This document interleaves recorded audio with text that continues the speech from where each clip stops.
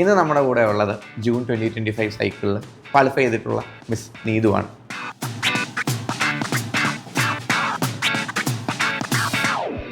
നമുക്ക് പഠിച്ചാൽ ഇത് ഉറപ്പായിട്ടും കിട്ടും എന്നുള്ളൊരു ഏരിയ ആണ്. അതിൽ നമുക്ക്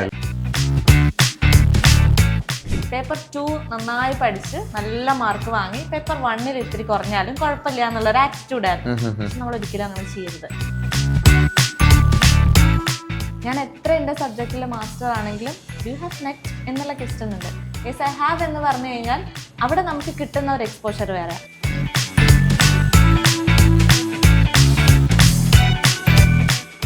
എന്നോട് പിന്നെ എല്ലാവരും ചോദിക്കുന്ന ചോദ്യമാണ്, എന്തിനാണ് നെറ്റിൽ ഇങ്ങനെ ഡ്രാഗ് ചെയ്യുന്നത്? നെറ്റ് വേണം എന്ന് പറഞ്ഞു ഇങ്ങനെ ഇതിൽ തന്നെ സ്റ്റിക്ക് ഓൺ ചെയ്യുന്നത് എന്താണെന്ന്. എനിക്ക് ഇനിയും നെറ്റിലേക്ക് 3 ക്വസ്റ്റ്യൻ ദൂരമുണ്ട്. ബട്ട് ഐ നോ ദാറ്റ് എനിക്ക് കിട്ടും. ആ 3 ക്വസ്റ്റ്യൻ എനിക്ക് കിട്ടുന്നതേ ഉള്ളൂ. Hi all, welcome to competitive crackers success stories. ഇന്ന് നമ്മുടെ കൂടെ ഉള്ളത് ജൂൺ 2025 സൈക്കിളിൽ ക്വാളിഫൈ ചെയ്തിട്ടുള്ള മിസ് നീതുവാണ്. So today will be discussing about assistant professorship, net and the possibilities of net. Welcome Neethu. Thank you Alfin. ഞാനൊരു മാർച്ച് സമയത്താണ് കോമ്പറ്റേറ്റീവ് ക്രാക്കറിൽ അഡ്മിഷൻ എടുത്തത്. ആഫ്റ്റർ ദാറ്റ് ഇവിടുത്തെ നോട്ട്സാണ് ഫോളോ ചെയ്തത്. സ്ട്രിക്ട്ലി ഞാൻ ഇവിടുന്ന് തന്ന മെൻറ്റേഴ്സ് തന്ന അഡ്വൈസും എല്ലാം എടുത്തിട്ടാണ് പ്രിപ്പയർ ചെയ്തത്. ഞാനിപ്പോൾ നെറ്റ് അറ്റംപ്റ്റ് ചെയ്തത് ഒരു 2-3 അറ്റംപ്റ്റ്സ് ഒന്നും പഠിക്കാതെ വെറുതെ വേഗമായിട്ടുള്ളൊരു വായിച്ചിട്ടാണ് അറ്റംപ്റ്റ് ചെയ്തത്. ആഫ്റ്റർ ദാറ്റ് പഠിച്ചിരുന്ന് എഴുതാൻ തുടങ്ങിയതിന് ശേഷം എൻ്റെ മാർക്കിൽ ഒരു അപ്വേർഡ് ട്രെൻഡാണ്. എൻ്റെ UGC നെറ്റ് മാർക്സ് എടുത്ത് നോക്കുമ്പോൾ ഗ്രാഫ് അപ്വേർഡ് ട്രെൻഡായിട്ടാണ് പോകുന്നത്. അപ്പോൾ നമുക്ക് പഠിച്ചാൽ ഇത് ഉറപ്പായിട്ടും കിട്ടും എന്നുള്ളൊരു ഏരിയ ആണ്. അതിൽ നമുക്ക് ഒരു ഡൗട്ടും ഇല്ല. ഇപ്പോൾ PhD ഓൺലി മാത്രം നമ്മൾ ഫോളോ ചെയ്യുക, അല്ലെങ്കിൽ അത് മാത്രം ക്രാക്ക് ആവുന്നുള്ളൂ എന്ന് പറഞ്ഞാൽ കുറേ പേര് സ്റ്റെപ്പ് ബാക്ക് ചെയ്യുന്നുണ്ട്. പക്ഷെ സ്റ്റെപ്പ് ബാക്ക് ചെയ്യേണ്ട കാര്യമൊന്നുമില്ല. നമുക്കിത് പഠിച്ചാൽ നമുക്കത് ഉറപ്പായിട്ടും കിട്ടും, സിമ്പിളായിട്ട് ക്രാക്ക് ചെയ്യാൻ പറ്റും. ഇപ്പൊ എൻ്റെ ഒരു മാർക്കിന്റെ സ്ട്രക്ചർ എടുത്ത് നോക്കുകയാണെങ്കിൽ തന്നെ ഐ തിങ്ക് ഇനി ഒരു 3 ക്വസ്റ്റ്യൻസും കൂടെ മതി എനിക്ക് നെറ്റ് എന്നുള്ള ക്രൈറ്റീരിയ ക്രാക്ക് ആവാൻ. അത്രയും ക്ലോസ് ടു ഞാൻ നെറ്റിലേക്ക് ആയി. സോ ഇപ്പൊ സെക്കൻഡ് അറ്റംപ്റ്റിൽ പഠിച്ചിട്ട് ഇത്രയും എനിക്ക് സ്കോർ ചെയ്യാൻ പറ്റുമെങ്കിൽ അഫ്കോഴ്സ് തേർഡ് അറ്റംപ്റ്റിൽ എനിക്ക് JRF വരെയുള്ള പോകാനുള്ള പ്രോബബിലിറ്റി കൂടുതലാണ്. ലൈക്ക് അതിപ്പോൾ നമ്മൾ പറഞ്ഞല്ലോ, ഇപ്പോൾ അറ്റംപ്റ്റ് ചെയ്ത് നമ്മൾ എത്ര മോഡൽ എക്സാം അറ്റൻഡ് ചെയ്തെന്ന് പറഞ്ഞാലും നമ്മൾ എക്സാം എഴുതുമ്പോൾ നമുക്ക് കിട്ടുന്ന എക്സ്പോഷർ എന്ന് പറഞ്ഞാൽ വേറെണ്ണോ, അല്ലെങ്കിൽ നമുക്കൊരു എക്സ്പീരിയൻസ് എന്ന് പറഞ്ഞാൽ വേറെണ്ണോ. കാരണം what ever it is, model exam create ചെയ്യുന്നത് തേർഡ് പാർട്ടി ആയിട്ടുള്ള അക്കാഡമീസോ അല്ലെങ്കിൽ ഇൻസ്റ്റിറ്റ്യൂഷൻസോ അല്ലെങ്കിൽ ഫാക്കൽറ്റീസോ ആയിരിക്കും. പക്ഷേ NTA സെറ്റ് ചെയ്യുന്ന ക്വസ്റ്റ്യൻ പേപ്പർ എന്താണ്? ആൻഡ് ഇതിൻ്റെ അകത്ത് ഒരു സൈക്കോളജിക്കൽ ബാക്ക്ഗ്രൗണ്ട് കൂടെ ഉണ്ട്. കാരണം നമ്മൾ എക്സാം എഴുതുമ്പോൾ വീട്ടിൽ നമ്മുടെ കംഫർട്ടിൽ നമ്മുടെ ഫോണിലോ ലാപ്പിലോ എക്സാം എഴുതുന്നത് പോലെയല്ല നമ്മൾ ട്രാവൽ ചെയ്ത് നമുക്ക് നിശ്ചിത സമയത്ത് ചെന്ന് ഹോൾ ടിക്കറ്റ് കാണിച്ച് ഫ്രിസ്കിങ് കഴിഞ്ഞ് വേറൊരു ഏലിയൻ സിറ്റുവേഷനിൽ പോയിരുന്ന് നമ്മൾ ടെൻസ്ഡായിട്ട് ഓക്കെ ദിസ് ഇസ് ഇറ്റ് എന്ന് പറയുന്ന മൊമെൻറ്റിൽ എക്സാം എഴുതുന്നത്. ആ എക്സാം എഴുതി കഴിയുമ്പോൾ നമുക്ക് കിട്ടുന്നൊരു ക്ലാരിറ്റി ഉണ്ട്. Where I am really, what is my capability right now, what is my limits right now എന്ന് പറയുന്ന ഒരു സാധനം. അതുകൊണ്ട് തന്നെയാണ് നമ്മൾ ഈ നെറ്റ് അറ്റംപ്റ്റ് ചെയ്യുന്നതിൻ്റെ ഇമ്പോർട്ടൻസിനെ പറ്റിയും പറയുന്നത് അല്ലേ? അതെ, നമ്മളിപ്പോൾ പഠിച്ചിട്ട് ഇപ്പം ഞാൻ ഓഗസ്റ്റ് അല്ലെങ്കിൽ ജൂൺ സൈക്കിളിൽ ഞാൻ പഠിച്ചിട്ടില്ല, അതുകൊണ്ട് ഞാൻ ഡിസംബർ സൈക്കിളെ പഠിച്ചിനി എഴുതുന്നുള്ളൂ എന്ന് പറയുന്നതിൽ ഒരു ലോജിക് ഇല്ല. കാരണം നമ്മൾ പഠിച്ചില്ലെങ്കിലും നമ്മൾ എല്ലാ സൈക്കിളും അറ്റൻഡ് ചെയ്യുക എന്നുള്ളതാണ് ഇതിൻ്റെ മോസ്റ്റ് ഇമ്പോർട്ടൻ്റ് ആയിട്ടുള്ള ഒരു ഫാക്ടർ. നമ്മൾ കുറച്ചുകൂടെ എക്സാമിൻ്റെ പാറ്റേണിനോട് നമ്മൾ സിമിലർ ആവും. ആ 3 hours എങ്ങനെ നമുക്ക് ടൈം മാനേജ് ചെയ്യാൻ പറ്റും, ഏതൊക്കെ ക്വസ്റ്റ്യൻസ് ആണ് വരുന്നത്, ഏതൊക്കെയാണ് ഏരിയ എന്നൊക്കെ ഐഡൻറ്റിഫൈ ചെയ്യാൻ നമ്മൾ മോക്ക് ടെസ്റ്റുകളല്ല, ശരിക്കുള്ള UGCയുടെ ഒറിജിനൽ എക്സാംസ് അറ്റൻഡ് ചെയ്യണം. എങ്കിൽ മാത്രമേ നമുക്ക് ആ ഗ്രാഫിന് അപ്വേർഡ് ട്രെൻഡായി കൊണ്ടുപോകാൻ പറ്റൂ. മൊത്തം പഠിച്ചിട്ട് ഞാൻ ഇനി വരുന്ന സൈക്കിളാണ് എഴുതുന്നത് എന്ന് പറയുന്നേക്കാൾ നല്ലത് പ്രിപ്പയർഡ് അല്ലെങ്കിലും ജസ്റ്റ് ഗോ ആൻഡ് റൈറ്റ്, നമ്മളൊന്ന് അറ്റംപ്റ്റ് ചെയ്ത് നോക്കുക. ഇപ്പം ഞാൻ എൻ്റെ പേഴ്സണൽ അഭിപ്രായത്തിൽ നിന്നാണ് ഞാൻ പറയുന്നത്. കാരണം എനിക്ക് ഫീൽ ചെയ്തിട്ടുണ്ട്, ഞാൻ എക്സാംസ് ഇത്രയും അറ്റൻഡ് ചെയ്ത് അതിൻ്റെ ഒരു പാറ്റേൺ മനസ്സിലായി പോയി എഴുതുമ്പോൾ ഉള്ളത് അതൊരു വലിയ എക്സ്പോഷർ ആയിരുന്നു. നല്ലൊരു വ്യത്യാസം തന്നെയാണ് എനിക്ക്. ലൈക്ക് അതിപ്പോൾ പറയുന്ന പോലെ ആണെങ്കിൽ ഇപ്പം നീതു ഒരു ഗസ്റ്റ് ലെക്ചറാണ് അല്ലേ? Get to know more about you. What is Neetu? ഞാൻ ആഫ്റ്റർ PG ഞാൻ ഉടനെ തന്നെ വർക്ക് ചെയ്യാനല്ല കയറിയത്. ഞാൻ പഠിച്ചു, കുറച്ച് നാളിരുന്ന് പഠിച്ചു. PG കഴിഞ്ഞ ഉടനെ ഞാൻ ഡിഫറെൻറ്റ് യൂണിവേഴ്സിറ്റീസിൻ്റെ PhD എൻട്രൻസ് എക്സാമുകൾ എഴുതി. പിന്നെ ഒരു യൂണിവേഴ്സിറ്റിയിൽ എൻട്രൻസ് എക്സാം എഴുതി ഡോക്ടറൽ കമ്മിറ്റി വരെ ഞാൻ പോയിട്ടുണ്ട് thesis ആയിട്ട്. അപ്പോൾ അങ്ങനെ ഒരു എക്സ്പീരിയൻസ് എനിക്കുണ്ടായി. അത് കഴിഞ്ഞ് ഞാൻ വീണ്ടും നെറ്റിന് വേണ്ടിയും PhD ഓൺലി കാറ്റഗറി ഇൻട്രൊഡ്യൂസ് ചെയ്ത സമയത്താണ് വീണ്ടും പഠിച്ചെഴുതാൻ തുടങ്ങിയത്. അങ്ങനെ എൻ്റെ ഫസ്റ്റത്തെ PhD ഓൺലി വന്നിട്ടുള്ള ഫസ്റ്റത്തെ സൈക്കിൾ കഴിഞ്ഞതിന് ശേഷം ഇപ്പോൾ ഈ ഒരു 2-3 months മുന്നേ ആണ് ഞാൻ ഗസ്റ്റ് ലെക്ചറായിട്ട് ജോയിൻ ചെയ്തത്. അപ്പം അതിന് മുന്നേ എനിക്ക് ഡിഫറെൻറ്റ് യൂണിവേഴ്സിറ്റീസിൻ്റെ എൻട്രൻസ് എക്സാമുകൾ എങ്ങനെയാണ്, സബ്ജക്ട് വൈസ് അവർ എത്ര ഇൻഡെപ്ത് ആണ് പോകുന്നത് എന്നുള്ളതിനെ കുറിച്ചൊക്കെ ഒരു ധാരണ ഉണ്ടായി. അപ്പോൾ നിങ്ങൾ PG പഠിച്ചു കഴിഞ്ഞിരിക്കുന്ന ആളുകളാണെങ്കിലും നെറ്റ് എക്സാം എഴുതുന്നതിനോടൊപ്പം തന്നെ ഡിഫറെൻറ്റ് യൂണിവേഴ്സിറ്റീസിൻ്റെ എക്സാമുകൾ, കോമ്പറ്റേറ്റീവ് എക്സാംസുകളൊക്കെ ട്രൈ ചെയ്ത് കഴിഞ്ഞാൽ you get more about questions. എങ്ങനെയാണ് സബ്ജക്റ്റ് എന്ന് വരുന്ന ക്വസ്റ്റ്യൻ. അഫ്കോഴ്സ് ഗസ്റ്റ് ലെക്ചറർ ആയതുകൊണ്ട് തന്നെ എനിക്ക് സബ്ജക്റ്റ് ഒന്ന് റിവൈസ് ചെയ്യേണ്ട കാര്യം ഇനി ഇല്ല. ഇപ്പം അപ്കമിങ് ഡിസംബർ എക്സാം ആണെങ്കിൽ കൂടി പേപ്പർ 1 കോൺസെൻട്രേറ്റ് ചെയ്യാം. പേപ്പർ 2 ഓൾറെഡി പഠിപ്പിച്ചുകൊണ്ടിരിക്കുന്നതായതുകൊണ്ട് നമുക്ക് അതിൽ ഓൾറെഡി മാസ്റ്റേഴ്സ് ആണ്. സോ നമുക്ക് എഫേർട്ട് കുറച്ചിടാം. പിന്നെ ജോലി ചെയ്തുകൊണ്ട് പഠിക്കുമ്പോൾ കിട്ടുന്ന എക്സ്പോഷർ അത് ഭയങ്കര വലുത് തന്നെയാണ്. അത് നമ്മൾ എത്രയൊക്കെ നമ്മളോട് ആർഗ്യൂ ആളുകൾ ചെയ്താലും നമുക്ക് അതിനെ ഒപ്പോസ് ചെയ്യാനുള്ള അത്രയും പവർ നമ്മൾ വർക്ക് ചെയ്തുകൊണ്ട് കോമ്പറ്റേറ്റീവ് എക്സാം എഴുതുമ്പോൾ നമുക്ക് കിട്ടും.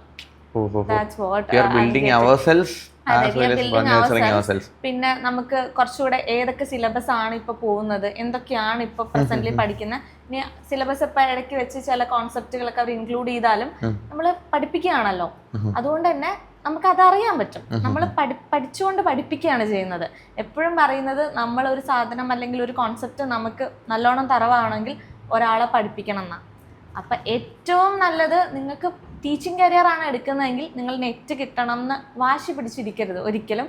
പഠിപ്പിക്കാൻ പോകണമെങ്കിൽ എല്ലാ ഇൻ്റർവ്യൂസും അറ്റൻഡ് ചെയ്യുക, അതിന് വേണ്ടിയിട്ടെല്ലാം നമ്മൾ പ്രിപ്പയർ ചെയ്യുക. അങ്ങനെ ഓരോ ഇൻ്റർവ്യൂസ് അറ്റൻഡ് ചെയ്ത് കഴിയുമ്പോൾ നമുക്ക് ഗ്രാജുവലി ഒരു കോൺഫിഡൻസ് വരും. അങ്ങനെ നമ്മൾ ഹാർഡ് വർക്ക് ചെയ്ത് കഴിഞ്ഞാൽ നമുക്കത് കിട്ടും എന്നുള്ള ആ ഒരു മോട്ടിവേഷൻ നമുക്ക് സെൽഫ് എക്സ്പീരിയൻസ് അല്ലേ.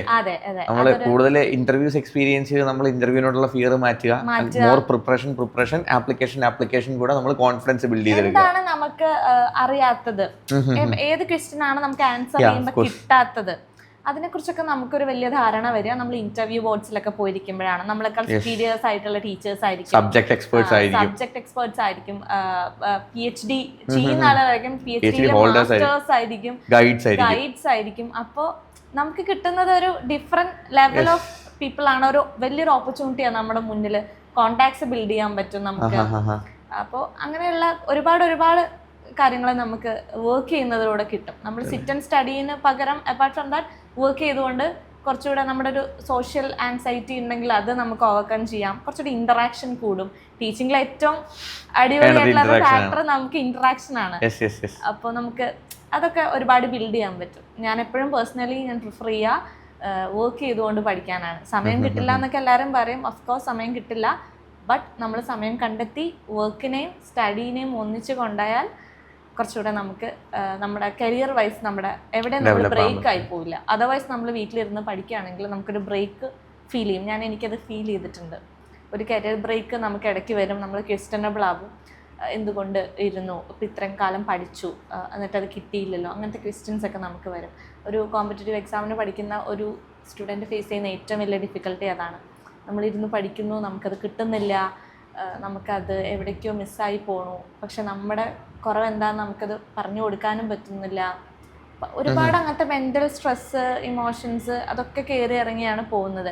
ഇപ്പം നമ്മൾ കേരളത്തിലെടുത്ത് നോക്കിയാൽ ഒരു 80% ഓഫ് ആൾക്കാരും കോമ്പറ്റേറ്റീവ് എക്സാം പഠിക്കുന്നവരാണ്. PSC, SSC, KTET, SET, NET, TET അങ്ങനെയൊക്കെ പഠിക്കുന്ന ആളുകളാണ്.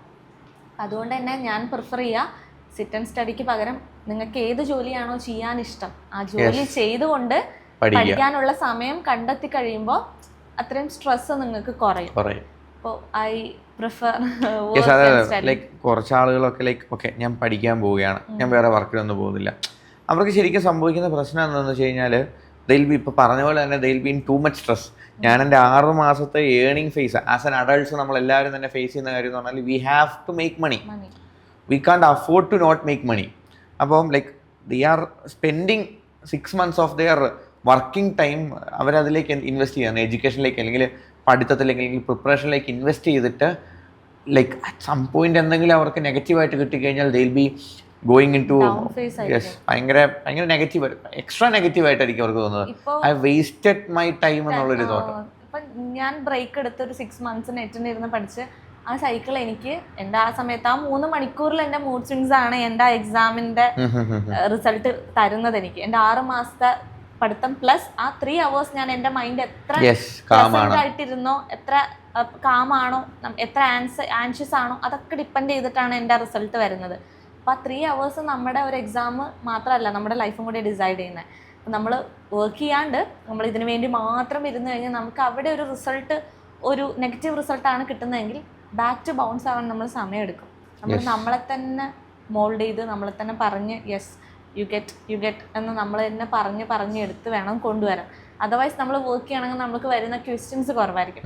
അപ്പോൾ എൻ്റെ ഒരു പേഴ്സണൽ ലൈഫിൽ എക്സ്പീരിയൻസ് പറയുകയാണെങ്കിൽ എന്നോട് എല്ലാവരും ഇതിപ്പോൾ എന്താ ചെയ്യണേ എന്ന് ചോദിക്കുമ്പോൾ ഞാൻ പഠിക്കുന്നു. ആദ്യമൊക്കെ ഞാൻ പഠിക്കുന്നു. ആദ്യത്തെ ഒരു മാസം, 2ാമത്തെ മാസം, 3ാമത്തെ മാസം, ഒരു 6 മാസം കഴിഞ്ഞ് ഞാനിത് പറയുമ്പോൾ ഞാൻ തന്നെ കുറച്ച് ഡൗൺ ആണ്.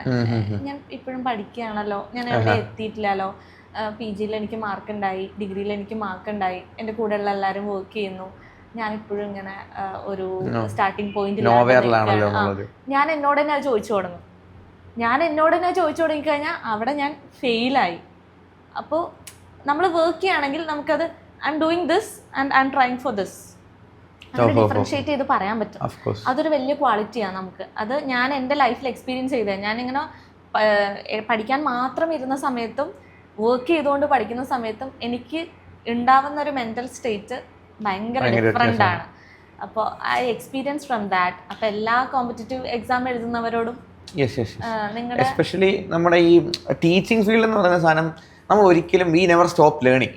We can never stop learning. ഇപ്പോൾ ഇത് പറഞ്ഞ പോലെ തന്നെയാണെങ്കിലും ഇദ്ദേഹത്തിൻ്റെ ഏറ്റവും ഇമ്പോർട്ടൻ്റ് ആയിട്ടുള്ള, ഇദ്ദേഹം ഏറ്റവും കൂടുതൽ ഫോക്കസ് ചെയ്യുന്ന ഏരിയ എന്ന് പറയുന്നത് എക്കണോമെട്രിക്സ് ആണ്. അല്ലെ, എക്കണോമെട്രിക്സിന്റെ ഒരു സിറ്റുവേഷൻ ഇപ്പോൾ നമ്മൾ ഡിസ്കസ് ചെയ്ത് നമുക്ക് മനസ്സിലാക്കാൻ പറ്റുന്നതെന്ന് പറഞ്ഞു കഴിഞ്ഞാൽ ലൈക്ക് പുള്ളി 2018 ശേഷമുള്ളവർ മാത്രമേ ഈ സാധനം പഠിച്ചിട്ടുള്ളൂ. അതെ, എസ്പെഷ്യലി കേരളത്തിൽ. അതിന് മുന്നേ സെൻട്രൽ യൂണിവേഴ്സിറ്റിയിലൊക്കെ അത് ഉണ്ടായിട്ടുണ്ടാവും. ബട്ട് ഞാൻ ഡിഗ്രി ഫൈനൽ ഇയർ പഠിക്കുമ്പോഴാണ് ഇൻട്രൊഡക്ടറി എക്കണോമെട്രിക്സ് എന്ന് പറഞ്ഞ സബ്ജക്ട് പഠിക്കുന്നത്.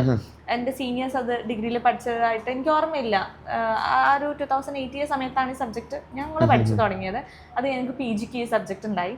അപ്പോൾ ഈ സബ്ജക്റ്റ് വെച്ചിട്ടാണ് നമ്മൾ PhD ചെയ്യുമ്പോഴാണെങ്കിൽ പോലും ഈ സബ്ജക്റ്റിൻ്റെ ഒരു ബേസ് ഉണ്ടെങ്കിൽ നമുക്ക് കുറച്ചുകൂടെ എളുപ്പമായിരിക്കും കാര്യങ്ങൾ മനസ്സിലാക്കാൻ. ഇക്കണോമെട്രിക്സ് എന്ന് പറയുമ്പോൾ ഇക്കണോമിക്സിന്റെ തിയറത്തിന് ആപ്ലിക്കേഷൻ ലെവലിലേക്ക്, മാത്തമാറ്റിക്കൽ ലെവലിലേക്ക് എങ്ങനെ കൊണ്ടുപോകാം എന്നാണ് ഈ സബ്ജക്ട് ഡിസ്കസ് ചെയ്യുന്നത്. അപ്പോൾ ഇങ്ങനെ പുതിയ പുതിയ സബ്ജക്ട്സ് ഒക്കെ വരുമ്പോൾ നമ്മൾ ടീച്ചിങ് ഫീൽഡിലാണെങ്കിലേ നമുക്കത് ടാക്കിൾ ചെയ്യാൻ പറ്റുള്ളൂ. അല്ലെങ്കിൽ പറഞ്ഞ പോലെ നമ്മൾ വേറൊരു ഫീൽഡിലാണെങ്കിൽ നമ്മൾ ബാക്ക് ടു വന്ന് റിസർച്ച് ചെയ്ത് എന്തൊക്കെ ഉണ്ട്, എന്തൊക്കെ പുതിയത് വന്നു, എന്തൊക്കെ വരാൻ സാധ്യതയുണ്ട്, നമ്മൾ എക്സ്ട്രാ ടൈം കൊടുക്കണം. ഇപ്പൊ ബെറ്റർ നെറ്റ് സെറ്റ് ഒക്കെ ഫോക്കസ് ചെയ്യുന്ന ആളുകൾ ടീച്ചിങ് കരിയർ തന്നെ ചൂസ് ചെയ്യുന്നതാണ് ഏറ്റവും ബെറ്റർ.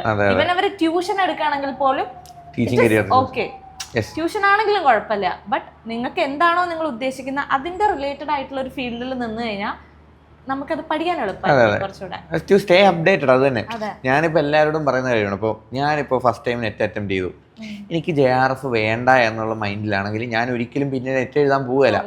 പക്ഷേ നമുക്ക് JRF കിട്ടിയാൽ പോലും വീണ്ടും നെറ്റ് എക്സാം എഴുതണമെന്നേ ഞാൻ പറയത്തുള്ളൂ. കാരണം ലൈക്ക് 6 മാസം കൂടുമ്പോൾ നമ്മൾ എന്ത് ചെയ്യുകയാണ്, നമ്മളുടെ എക്സാമിന് അല്ലെങ്കിൽ റിസർച്ച് നമ്മളിപ്പോൾ പറയുമ്പോൾ നമ്മളെപ്പോഴും ഡിസ്കസ് ചെയ്യുമല്ലോ, ലൈക്ക് സബ്ജക്റ്റിന് ഇപ്പോൾ എന്തിലാണ് വാലിഡിറ്റി ഉള്ളത്, കറണ്ട് സിനാരിയോയിൽ ഏത് സബ്ജക്റ്റാണ് വാലിഡ് ആയിട്ടുള്ളത്. അപ്പോൾ നമ്മളെല്ലാവരുടെയും ഡിസിപ്ലിൻസ് വ്യത്യാസമാണ്.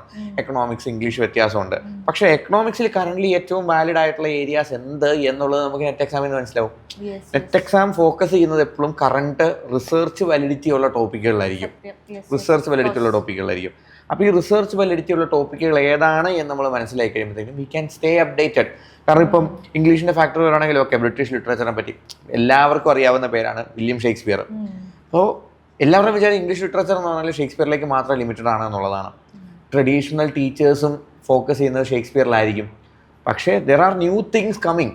ഈ ന്യൂ തിങ്സുമായിട്ട് നമ്മൾ അഡാപ്റ്റായി ഇതിനെ നമ്മൾ മാസ്റ്റർ ചെയ്താൽ മാത്രമേ നമ്മൾ ഈ ട്രഡീഷണൽ ആയിട്ടുള്ള ആളുകളിൽ നിന്ന് നമുക്ക് വിട്ടു നിൽക്കാനും നമ്മളെ തന്നെ സ്പെഷ്യൽ ആക്കാനും പറ്റത്തുള്ളൂ. അതിന് ഏറ്റവും നല്ല ടൂളാണെന്ന് ഞാൻ വിശ്വസിക്കുന്നത് നെറ്റാണ്. അതെ, ഇപ്പോൾ ഇക്കണോമിക്സിന്റെ പെർസ്പെക്റ്റീവിൽ ഞാൻ എടുക്കുകയാണെങ്കിലും ഇക്കണോമിക്സിന്റെ നെറ്റ് എക്സാമിൽ എല്ലാ സൈക്കിളിലും കൃത്യമായിട്ട് ചോദിക്കുന്ന ഒരു റിപ്പീറ്റഡ് ക്വസ്റ്റ്യൻ ഉണ്ട്. It is about union budget. Current affair ആണ്, യൂണിയൻ ബഡ്ജറ്റിനെ കുറിച്ചാണ്. അതിന്റെ ക്രോണോളജി ചോദിക്കും, എത്ര ഷെയർ പോകും. അപ്പം നമ്മൾ ഒരു കോമ്പറ്റേറ്റീവ് എക്സാമിന് പഠിക്കുന്നതിനപ്പുറം നമ്മൾ അത് വായിക്കുകയും പഠിക്കുകയും ചെയ്യുമ്പോൾ കുറച്ചുകൂടെ നമുക്ക് എക്സ്പോഷർ കിട്ടും. എങ്ങനെയാണ് നമ്മുടെ മണി എങ്ങനെ സർക്കുലേറ്റ് ചെയ്യുന്നു, എത്ര മണി എത്ര ഷെയറിലേക്ക് പോകുന്നു, നമ്മുടെ ടാക്സിന്റെ സ്ട്രക്ചർ എന്താണ്. അപ്പോൾ ടീച്ചിങ് എന്ന ഒരു ഏരിയയിലേക്കാണ് കോൺസെൻട്രേറ്റ് ചെയ്യുന്നതെങ്കിലും നമ്മൾ ഇത്രയും ലെവൽ ആയിട്ടുള്ള ഒരു കോമ്പറ്റേറ്റീവ് എക്സാം എഴുതുമ്പോൾ നമ്മുടെ എക്സ്പോഷർ കൂടുകയാണ്. നമ്മൾ ആ സബ്ജക്റ്റിന്റെ ഉള്ളിലേക്ക് ഇറങ്ങും തോറും നമ്മൾ കുറേയും കൂടെ സോഷ്യൽ ആയിട്ടുള്ള കാര്യങ്ങളെ കുറിച്ച് പഠിക്കുകയാണ്. അപ്പോൾ ആൽഫിൻ പറഞ്ഞ പോലെ തന്നെ ഏറ്റവും അപ്ഡേറ്റഡ് ആയിട്ടിരിക്കാൻ ഏറ്റവും നല്ലത് എല്ലാ എക്സാംസും നമ്മൾ എഴുതുക, എല്ലാത്തിനോടും എല്ലാ ക്വസ്റ്റ്യനും ഫെമിലിയർ ആക്കാൻ നോക്കുക. ബഡ്ജറ്റുകളൊക്കെ അറിയുമ്പോൾ എന്ന് പറഞ്ഞാൽ ഒരു ഇക്കണോമിക്സുകാരനെ അല്ലെങ്കിൽ ഇക്കണോമിക്സ് ഓറിയന്റഡ് ആയിട്ടുള്ള ആളെ കുറിച്ച് ജനറൽ അവയർനെസ് കൂടുതലാണ്. നമ്മളോട് ഒരാൾ സംസാരിക്കുമ്പോൾ what is about union budget എന്ന് പറയുമ്പോൾ നമുക്കത് എക്സ്പ്ലെയിൻ ചെയ്യാൻ അറിയുന്നത് എന്ന് പറയുന്നത് it is A different level of learning. അതൊരിക്കലും ബൈ ഹാർട്ട് ലേണിംഗ് അല്ല. കുറച്ചുകൂടെ നമ്മൾ ഇൻഡെപ്ത് ആയിട്ട് പോകുമ്പോഴേ നമുക്ക് അതൊക്കെ മനസ്സിലാവും. ഇപ്പൊ നമ്മളൊരു പത്രം വായിക്കുകയാണ്, അതിൽ പറയാണ് റവന്യൂ ഡെഫിസിറ്റ് ഇത്ര, ഫിസിക്കൽ ഡെഫിസിറ്റ് ഇത്ര. അപ്പൊ ആ വാക്ക് എന്താണ് ഉദ്ദേശിക്കുന്നത്? ഈ റവന്യൂ ഡെഫിസിറ്റ് എന്ന് പറയുന്നത് എന്താണ്, പ്രൈമറി ഡെഫിസിറ്റ് എന്ന് പറയുന്നത് എന്താണ്, ക്യാപിറ്റൽ എക്സ്പെൻഡിച്ചർ എന്ന് പറയുന്നത് എന്താണ്? അത് വാക്ക് മാത്രമേ പത്രത്തിലുണ്ടാവും, പക്ഷെ അതിന്റെ മീനിങ് എന്താ, ലോജിക്ക് എന്താന്ന് നമുക്കറിയാം. നമ്മൾ ഈ കോമ്പറ്റേറ്റീവ് എക്സാമിന് പഠിക്കുമ്പോൾ നമ്മൾ അത്ര ആഴത്തിലാണ് പഠിക്കണം. അതാണ് ഉദ്ദേശിക്കുന്നത്. അതുപോലെ നീതു പറഞ്ഞ പോലെ തന്നെ നീതു ഡോക്ടറൽ ഇന്റർവ്യൂസ് വരെ പോയിട്ടുണ്ട്, ഡോക്ടറൽ കമ്മിറ്റി വരെ പോയിട്ടുണ്ട്. അപ്പൊ നമ്മൾ ആദ്യം തന്നെ നമ്മളുടെ പാത്ത് നമ്മൾ ചൂസ് ചെയ്തത് റിസർച്ചിലേക്കാണ്. പക്ഷെ ഒരുപാട് പേര് research is something not for me, I am not a person who is to do research, ഞാൻ എന്തെങ്കിലും ചെറിയ ജോലി ചെയ്ത് ജീവിച്ചു പോകേണ്ടവരാണ് എന്ന് ചിന്തിക്കുന്നവരായിരിക്കും 80% മലയാളികളും. എസ്പെഷ്യലി പിന്നെ ഇംഗ്ലീഷിൽ വരുമ്പോൾ മാത്രമാണ് പിന്നെ വേറൊന്നും ചെയ്യാനില്ലാത്തത് കൊണ്ട് ആളുകൾ റിസർച്ചിലേക്ക് പോകുന്നതും അങ്ങനെ ഒരു ട്രെൻഡ് നമ്മൾ കണ്ടുവരുന്നത്. പക്ഷേ എല്ലാ സബ്ജക്ട്സിലും നമ്മൾ റിസർച്ച് ചെയ്യേണ്ടത് വളരെ അനിവാര്യമായിട്ടുള്ള കാര്യമാണ്. പക്ഷെ അത് ഈ അഡ്മിഷൻസ് ടു PhD എന്ന് പറയുന്ന ഒരു സാധനം നമ്മൾ നെറ്റിലേക്ക് ഒരു എന്താണ് ബെഞ്ച് മാർക്ക് നെറ്റിലേക്ക് കൊണ്ടുവന്നപ്പോൾ കൂടുതൽ ആളുകളെ റിസർച്ച് ഓറിയന്റഡ് ആക്കാൻ വേണ്ടിയിട്ട് ഒരുപക്ഷെ സെൻട്രൽ ഗവൺമെന്റും NTI യും UGC യും ട്രൈ ചെയ്യുന്നതായിട്ടാണ് നമുക്ക് മനസ്സിലാക്കാൻ സാധിക്കുന്നത്. പക്ഷെ റിസർച്ചിന്റെ സാധ്യതകൾ അനന്തമാണ്. റിസർച്ചിന് ഒരുപാട് ഓപ്പർച്യൂണിറ്റീസ് ഉണ്ട്. ഫസ്റ്റ് തിങ്, റിസർച്ചിനോട് എല്ലാവരും ഒരു ബാക്കിലേക്ക് നിൽക്കുന്നത് വെച്ചാൽ അവർ കേപ്പബിൾ ആണോ, പൊട്ടൻഷ്യൽ ആണോ ഞങ്ങളത് ചെയ്യാൻ, ഡോക്ടർ ആവാനുള്ള ആളാണോ, ഡിഗ്രി ക്യാരി ചെയ്യാൻ എനിക്ക് പറ്റുമോ, അത് കംപ്ലീറ്റ് ചെയ്യാൻ എനിക്ക് പറ്റുമോ എന്നുള്ള സെൽഫ് ഡൗട്ട് ആണ്. PhDയിലേക്ക് ആളുകളെ കൂടുതൽ അട്രാക്ട് ചെയ്തത് അവർ സെൽഫ് ഡൗട്ട് കൊണ്ടാണ്. ആ സെൽഫ് ഡൗട്ട് വരുന്നത് അവരുടെ വായന കുറവായതുകൊണ്ടാണ്. They have to read more. ഒരു കുറേയും കൂടെ ഇപ്പം എക്കണോമിക്സിലൊക്കെ നമ്മൾ PhD ചെയ്യുക ഒരു വാലിഡ് ആയിട്ടുള്ള ഒരു പ്രോബ്ലം, നമ്മൾ പ്രോബ്ലം എടുത്ത പ്രോബ്ലത്തിനെയാണ് സ്റ്റഡി ചെയ്യുന്നത്. അപ്പോൾ കറന്റ്ലി എന്ത് പ്രശ്നമാണ്, അൺഎംപ്ലോയ്മെന്റ് ആണോ ഇവിടെ ഉള്ളത്, അതോ മൈഗ്രേഷൻ ആണോ ഇവിടെ ഉള്ളത്, എല്ലാവരുടെ ഉള്ളിലും ആ കാര്യങ്ങൾ അറിയാം. പക്ഷെ ഇത് എന്നെ കൊണ്ട് പുൾ ഓഫ് ചെയ്യാൻ പറ്റുന്ന സാധനമാണോ എന്നുള്ള ഒരു സെൽഫ് ഡൗട്ട് ആണ് റിസർച്ചിലെ എല്ലാരും ബാക്കിലേക്ക് വലിക്കുന്നത്. അത് നമ്മൾ ഒരുപാട് ആർട്ടിക്കിൾസ് വായിക്കുക, ഒരുപാട് ആദ്യം നമുക്കത് പറ്റും എന്നുള്ളത് ലിറ്ററേച്ചർ റിവ്യൂ എന്ന് പറയുന്ന സാധനം തന്നെ ഭയങ്കര ഇമ്പോർട്ടന്റ് ആയിട്ടില്ല. ശരിക്കും നമ്മളൊരു സബ്ജക്ട് പഠിച്ചു തുടങ്ങും. ഒരിക്കലും നമ്മൾ ഫസ്റ്റ് സെമ്മിൽ ചെല്ലുന്ന പോലെ അല്ല നമ്മൾ തേർഡ് സെമ്മിൽ സബ്ജക്റ്റുകളെ കാണുന്നത്. ഡിഗ്രി പഠിക്കുന്ന പോലെ അല്ല PG പഠിക്കുന്നത്. നമ്മുടെ വിഷനെ മാറും. നമ്മൾ പഠിക്കുന്നതോടെ നമ്മൾ ഗ്രോ ചെയ്യുകയാണ്. ശരിക്കും റിസർച്ച് ചെയ്യാൻ ആഗ്രഹിക്കാത്തവർ വരെ PG ഉള്ളവരാണെങ്കിൽ തന്നെ ആർട്ടിക്കിൾസ് എല്ലാം വായിക്കുക, ജേർണൽസ് പ്രിഫർ ചെയ്യുക, ചുമ്മാ പേപ്പറുകൾ എഴുതി സബ്മിറ്റ് ചെയ്യുക. നമ്മൾ ഓട്ടോമാറ്റിക്കലി നമ്മളെ റിസർച്ച് കേപ്പബിൾ ആയിട്ട് നമുക്ക് തന്നെ നമ്മളെ മോൾഡ് ചെയ്യാനായിട്ട് പറ്റും. ഒരിക്കലും എന്റെ ഫസ്റ്റ് ഡോക്ടറൽ കമ്മിറ്റിയിൽ ഞാൻ ഇന്നാവും എന്ന് പ്രതീക്ഷിച്ച് പോരുത്. നമ്മൾ എപ്പോഴും ട്രൈ ചെയ്തോണ്ടിരിക്കുക, trial and error, beginner full ആവുക. നമ്മൾ എപ്പോഴും അതിനെ ട്രൈ ചെയ്തുകൊണ്ടിരിക്കുക. ഇപ്പം ഞാനൊരു യൂണിവേഴ്സിറ്റിയിലെ PhD ഡോക്ടറൽ കമ്മിറ്റി പോയപ്പോഴാണ് എനിക്ക് മനസ്സിലായത് എന്തൊക്കെ ക്വസ്റ്റ്യനാ വരിക, എന്തൊക്കെയായിരുന്നു എൻ്റെ പ്രപ്പോസലിൽ എനിക്കുണ്ടായിരുന്ന പോരായ്മകൾ. ഞാനതിനെ റീറൈറ്റ് ചെയ്ത് വീണ്ടും പോകുന്നു. നമ്മുടെ ആ പോസിറ്റീവ് ആറ്റിറ്റ്യൂഡാണ് നമ്മളെ ഫ്രണ്ടിലേക്ക് എപ്പോഴും കൊണ്ടുവരുന്നത്. Everybody is afraid of being the beginner fool. കാരണം you can never be expert in your first attempt. അത് സിനിമകളിൽ രജനീകാന്തിന് മാത്രമേ പറ്റത്തുള്ളൂ ആദ്യത്തെ അറ്റംപ്റ്റിൽ കാര്യങ്ങൾ ചെയ്യാന്ന് പറയുന്നത്. ബട്ട് നമ്മളെല്ലാം തുടങ്ങുന്നത് വിത്ത് ഫ്രം ഫെയിലിയേഴ്സ് ആണ്. You have to be a beginner fool to be the expert. അതിനുള്ള റിസ്ക് എടുക്കുന്നവർ മാത്രമേ മുമ്പിലോട്ട് ചെല്ലുള്ളൂ. നമ്മൾ 100 ഇട്ടാലും നമുക്ക് അവിടെ റിസൾട്ട് കിട്ടില്ല. പക്ഷെ നമ്മൾ വീണ്ടും 100 ഇടണം. കിട്ടിയില്ലെങ്കിലും വീണ്ടും 100 ഇടണം. കാരണം ഈ ഓരോ എക്സ്പീരിയൻസിൽ നിന്ന് കിട്ടുമ്പോഴും നമ്മൾ ആദ്യം വിട്ടിരുന്ന 100 ശരിക്കും ഉള്ളതിലെ 30 ആയിരുന്നു നമുക്ക് മനസ്സിലാവും. പിന്നെ നമുക്ക് എക്സ്പീരിയൻസിലേക്ക് 25 ആണെന്ന് മനസ്സിലാവും. അപ്പോൾ നമുക്ക് എന്ത് ചെയ്യാൻ പറ്റും? We have more to push, more areas to push, and the more we push the more better outcome we have of ourselves. നമ്മൾ പിന്നെ ഡോക്ടർ കമ്മിറ്റിയും ഇന്റർവ്യൂസിനൊക്കെ പോകുമ്പോൾ നമ്മുടെ കോമ്പറ്റീറ്റേഴ്സിന്റെ ലെവൽ നമുക്ക് മനസ്സിലാവും. നമ്മൾ ഒരിക്കലും അത് അറ്റംപ്റ്റ് ചെയ്യാണ്ടിരുന്നു കഴിഞ്ഞാൽ നമുക്ക് മനസ്സിലാവില്ല. എല്ലാവരും നടക്കുകയാണോ, എല്ലാവരും ഓടുകയാണോ, അതിനെ പറക്കുന്നു എന്നറിയണമെങ്കിൽ നമ്മൾ അവരുടെ ഇടയിലേക്ക് ഇറങ്ങി ചെല്ലണം. എന്നാൽ മാത്രമേ നമുക്കിത് മനസ്സിലാവും. ചിലപ്പോൾ നമ്മൾ തോറ്റുവോ, നമ്മൾ അവരെ കൂടെ നിൽക്കുമ്പോൾ നമ്മൾ ചിലപ്പോൾ നമുക്ക് അറിയില്ലായിരിക്കും. ഏറ്റവും സിമ്പിൾ ആയിട്ടുള്ള കോൺസെപ്റ്റ് ചിലപ്പോൾ ഇന്റർവ്യൂ ബോർഡിൽ ചോദിക്കുമ്പോൾ എന്നോട് ചിലപ്പോൾ ലോ ഓഫ് ഡിമാൻഡ് ചോദിച്ചാൽ ഞാൻ ചിലപ്പോൾ എന്റെ പേടിയിൽ ചിലപ്പോൾ ആ സമയത്ത് എനിക്ക് കിട്ടില്ല. ഏറ്റവും സിമ്പിൾ എക്കണോമിക്സിലെ ഏറ്റവും സിമ്പിൾ സാധനം അത്. അപ്പോൾ ഞാൻ അതിനെ ഓവർകം ചെയ്യണമെങ്കിൽ ഞാനത് ട്രൈ ചെയ്തോണ്ടേ ഇരിക്കണ്ടേ. ഇപ്പൊ എല്ലാവരും എന്താന്ന് വെച്ചാൽ എല്ലാവർക്കും പേടിയാണ്, അയ്യോ എനിക്ക് കിട്ടില്ല, ഞാൻ അതിന് പോണോ. ആ ക്വസ്റ്റ്യൻ നമ്മൾ തന്നെ എങ്ങനെയെങ്കിലും സോർട്ട് ചെയ്തെടുക്കുക.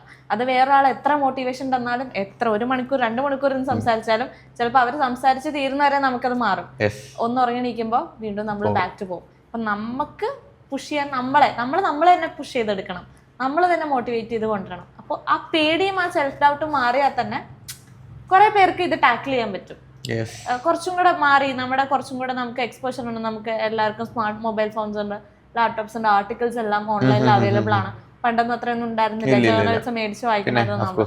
Shodh Gangotri, Google scholar, Scopus. അപ്പൊ നമുക്ക് ഒത്തിരി സൈറ്റുകളുണ്ട്, നമുക്ക് അതിൽ കയറി വായിക്കാം. അപ്പൊ മാക്സിമം എല്ലാരും എല്ലാം യൂസ് ചെയ്ത് കഴിഞ്ഞാൽ എല്ലാരും കൊണ്ടും പറ്റുന്ന കാര്യമാണത്. അല്ലാതെ നമുക്ക് എക്സ്ട്രാ ഓർഡിനറി ബ്രില്യന്റ് എന്ന് പറഞ്ഞ ഒരു കാറ്റഗറി ഒന്നും ഇല്ല. എക്സ്ട്രാ ഓർഡിനറിയും ബ്രില്യന്റും ആവറേജും എല്ലാം നമ്മളെ ആക്കണേ, വേറെ ആരും നമ്മളാക്കണില്ല. ഞാൻ തന്നെ എന്നോട് പറയാം ഞാൻ ആവറേജാ, അല്ലെങ്കിൽ ഞാൻ തന്നെ എന്നോട് പറയാം ഞാൻ ബ്രില്യന്റാ. ഞാൻ എന്താണോ എന്നോട് പറയണത് അതാണ് ഞാൻ, അല്ലാതെ മറ്റുള്ളവർ പറയുന്നതല്ല. ആദ്യം മനസ്സിലാക്കിയാൽ മതി. അത്രേ ഉള്ളൂ. നമ്മളെ തന്നെ ആവറേജ് എന്ന് ഡിഫൈൻ ചെയ്യുന്നതിൽ നിന്ന് നമ്മളെ തന്നെ എക്സലന്റ് എന്ന് ഡിഫൈൻ ചെയ്യാൻ വേണ്ടിയിട്ട് നമ്മൾ എടുക്കേണ്ട ഒരു ഡിസിഷൻ എന്ന് പറയുന്നത് ഡിറ്റർമിനേഷൻ മാത്രം. സത്യം. Consistency is the key to success. ഞാൻ എപ്പോഴും കൺസിസ്റ്റന്റ് ആയിട്ടിരിക്കാൻ ശ്രമിക്കും എല്ലാ കാര്യങ്ങളിലും. ഇപ്പോൾ നെറ്റ് ട്രൈ ചെയ്യുന്ന ആളാണ്, ഇപ്പോൾ PhD ഓണിൽ കിട്ടിക്കഴിഞ്ഞാലും ഞാൻ ഏത് എഫേർട്ടാണോ ആദ്യം തൊട്ടേ ഇട്ടുകൊണ്ടിരുന്നത് സെയിം എഫേർട്ട് ഇപ്പോഴും ഇടും. അല്ലാതെ എനിക്ക് PhD ഓണിൽ കിട്ടി അപ്പം ഞാൻ ഇത്ര പഠിച്ചാൽ മതി, അങ്ങനെ ഒരിക്കലും നമ്മൾ വിചാരിക്കരുത്. എന്താണോ നമ്മൾ ഉദ്ദേശിച്ചത് അത് കിട്ടുന്നത് വരെ നമ്മൾ അത് തന്നെ കൊടുത്തോണ്ടിരിക്കുക, അല്ലെങ്കിൽ അതിന്റെ ഒരു പകുതി മുകളിൽ. ഒരിക്കലും താഴേക്ക് അത് കൊടുക്കരുത്. ഇത് ഈ പറഞ്ഞ പോലെ നമ്മളിപ്പോൾ ഈ ഡോക്ടർ ഇന്റർവ്യൂസ് സെന്ററിനെ പറ്റിയും റിസർച്ചിനെ പറ്റിയൊക്കെ നമ്മൾ സംസാരിച്ചപ്പോൾ പറഞ്ഞ ഒരു സെൽഫ് ഡൗട്ട് കാരണം നെറ്റ് എക്സാം അറ്റൻഡ് ചെയ്യാത്ത ഒരുപാട് ആളുകളുണ്ട്. I personally know many people who say that NET is for brilliant people. NET ഒന്നും നമുക്കുള്ളതല്ല, നമുക്ക് വല്ലോ കേറ്റോ സെറ്റോ ബി.എഡ് പഠിച്ചിട്ട് വല്ല സ്കൂളിൽ പോവാം എന്ന് പറയുന്ന ഒരുപാട് ആക്ച്വലി പൊട്ടൻഷ്യൽ അതിന് മുകളിലുള്ള JRF ക്രാക്ക് ചെയ്യാൻ വരെ പൊട്ടൻഷ്യൽ ആയിട്ടുള്ള ആളുകളായിരിക്കും. പക്ഷെ പേടി കാരണമാണ് എല്ലാരും കമ്പയർ ചെയ്യണം. ഞാൻ തന്നെ വേറൊരാളെ വെച്ച് കമ്പയർ ചെയ്യണം. ഒരിക്കലും നമ്മൾ കമ്പയർ ചെയ്യരുത്. നമ്മളെ വിലയിരുത്തണം, പക്ഷെ മറ്റുള്ള ആളെ വെച്ചിട്ട് ഒരിക്കലും വിലയിരുത്താൻ പാടില്ല. അത് നമ്മുടെ ഒരു വലിയൊരു ഫെയിലിയർ ആണ്. അത് നമ്മുടെ എക്സാമിന്റെ ഫെയിലിയറേക്കാളും വലിയ ഫെയിലിയർ ആണ് നമ്മൾ കമ്പയർ ചെയ്ത് പോകുന്നത്. കാരണം ഈ നമ്മൾ പറഞ്ഞ പോലെ തന്നെ ഈ സെൽഫ് ഡൗട്ട് എന്ന് പറയുന്ന സാധനമുള്ളത്, പൊട്ടൻഷ്യൽ എന്ന് പറഞ്ഞ വാക്കിനോട് ഞാൻ എത്രത്തോളം യോജിക്കുന്നുണ്ടെന്ന് എനിക്കറിയത്തില്ല. കാരണം the limit of potential is hard work.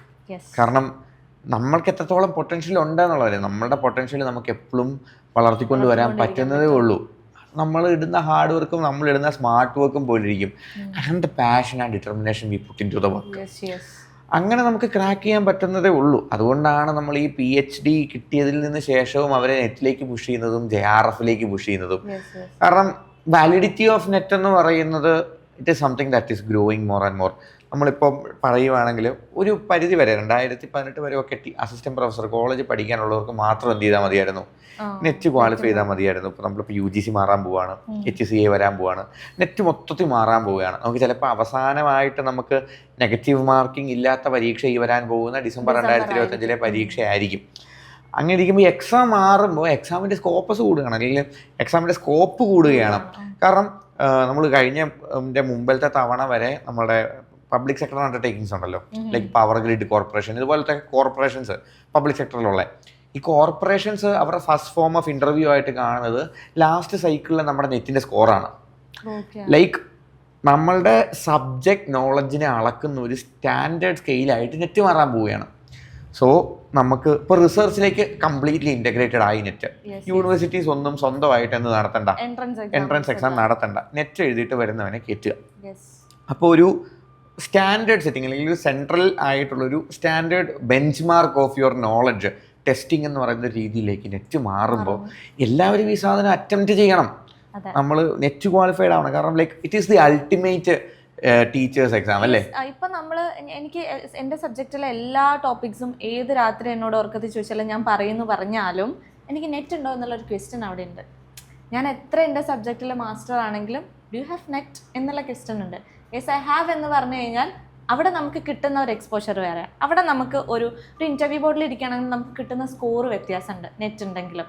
അല്ലെങ്കിൽ നമ്മൾ എത്ര സബ്ജക്റ്റ് എനിക്ക് അറിയാമെന്ന് പറഞ്ഞാലും നെറ്റ് ഉണ്ടോ എന്നുള്ള ചോദ്യമുണ്ട്. ആ ഒരു ചോദ്യത്തിനെ നമ്മൾ ബ്രേക്ക് ചെയ്താലേ നമുക്ക് ആ ഗ്ലാസ് ബ്രിഡ്ജിന്റെ മേളിലേക്ക് പോകാൻ പറ്റുള്ളൂ. അല്ലെങ്കിൽ നമ്മൾ ആ ഗ്ലാസ് ബ്രിഡ്ജിൽ ഇങ്ങനെ തട്ടിക്കൊണ്ടിരിക്കും. അത് ബ്രേക്ക് ചെയ്യണമെങ്കിൽ നെറ്റ് വേണം. JRF നമുക്ക് കിട്ടിക്കഴിഞ്ഞാൽ എക്സ്ട്രാ ആഡ് ഓൺ പോയിന്റ് ആണ്. നമുക്ക് വീണ്ടും സെൻട്രൽ യൂണിവേഴ്സിറ്റിയിലൊക്കെ പോയി റിസർച്ച് ചെയ്യാം, നമുക്ക് പഠിപ്പിക്കാം വിത്തൗട്ട് നമുക്കൊരു എക്കണോമിക് ബർഡൻ. നമ്മളിപ്പോൾ നമ്മുടെ ഡിസ്കഷൻ സ്റ്റാർട്ട് ചെയ്ത് അങ്ങനെയാണ്. ലൈക്ക് നമ്മൾ ആസ് അഡൾട്ട്സ് നമുക്ക് നീഡ്സ് ഉണ്ട്. നമുക്ക് ആരെയും ഡിപ്പെൻഡ് ചെയ്യാൻ പറ്റില്ല. Nobody can depend on any other person as an adult.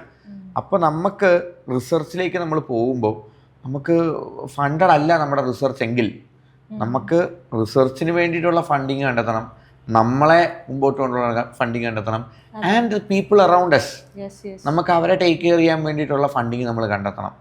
ആ എക്കണോമിക് സപ്പോർട്ടോട് കൂടി നമ്മൾ എക്സിസ്റ്റിംഗ് നോളജ് പൂളിലേക്ക് നമ്മൾ എന്ത് ചെയ്യാണ്, കോൺട്രിബ്യൂട്ട് ചെയ്യാണ്. We are excelling as research scholars, we are excelling as subject experts, we are excelling as human beings, we are excelling as citizens. അതാണ് ഞാൻ നോക്കിയിട്ട് JRF എന്ന് പറയുന്ന 3 ടൈറ്റിൽസ് അല്ലെങ്കിൽ 3 ലെറ്റേഴ്സ് കൊണ്ട് ഒരു മനുഷ്യനെ ഡിഫൈൻ ചെയ്യുന്ന ഏറ്റവും വലിയ ഫാക്ടർ എന്ന് ഞാൻ മനസ്സിലാക്കിയത്. പിന്നെ ഇപ്പോൾ നമുക്ക് ഇഷ്ടമുള്ള ഒരു ഏരിയ നമ്മൾ ഇഷ്ടത്തോടെ ചെയ്യാണ്, മോണിറ്ററി ബെനിഫിറ്റ്സ്. അപ്പോൾ കുറച്ചുകൂടെ നമ്മൾ പീസ്ഫുൾ ആയിരിക്കും, നമുക്ക് ഇഷ്ടപ്പെട്ട് ചെയ്യാൻ പറ്റും. നമുക്ക് സ്റ്റൈഫൻഡ് ഇല്ലാണ്ട്, യെസ് ഓഫ് കോഴ്സ് സ്റ്റൈഫൻഡ് ഇല്ലാണ്ട് നെറ്റ് കൊണ്ട് മാത്രം നമുക്ക് ചെറിയ സ്റ്റൈഫൻഡ് വെച്ച് നമുക്ക് റിസർച്ച് ചെയ്യാം. പക്ഷെ അവിടെ നമുക്ക് ഫുൾ പൊട്ടൻഷ്യൽ ചിലപ്പോൾ റിസർച്ചിലേക്ക് സംടൈംസ് ഇടാൻ പറ്റില്ല. നമ്മുടെ വർക്ക് ലൈഫും എല്ലാം ബാലൻസ് ചെയ്യേണ്ടി വരും. മറിച്ച് നമുക്ക് JRF ഉണ്ടെങ്കിൽ നമുക്ക് ഇഷ്ടമുള്ള കാര്യം കോൺസെൻട്രേറ്റ് ചെയ്ത് വിത്ത് മോണിറ്ററി ബെനിഫിറ്റ്സ് നമുക്ക് ചെയ്യാൻ പറ്റും. അപ്പോൾ JRF എന്നുള്ളത് എപ്പോഴും നമുക്ക് അടിപൊളിയാണ്. ഒരു റിസർച്ചറിനെ സംബന്ധിച്ച് JRF ഇസ് എന്താ പറയുക, ഇറ്റ്സ് എ പ്രൈം ഫാക്ടർ. അപ്പോൾ JRFലേക്ക് പുള്ളിയാന്ന് പറയുന്നത് ഭയങ്കര ഡിഫിക്കൽട്ടാന്നാ വിചാരിക്കണേ.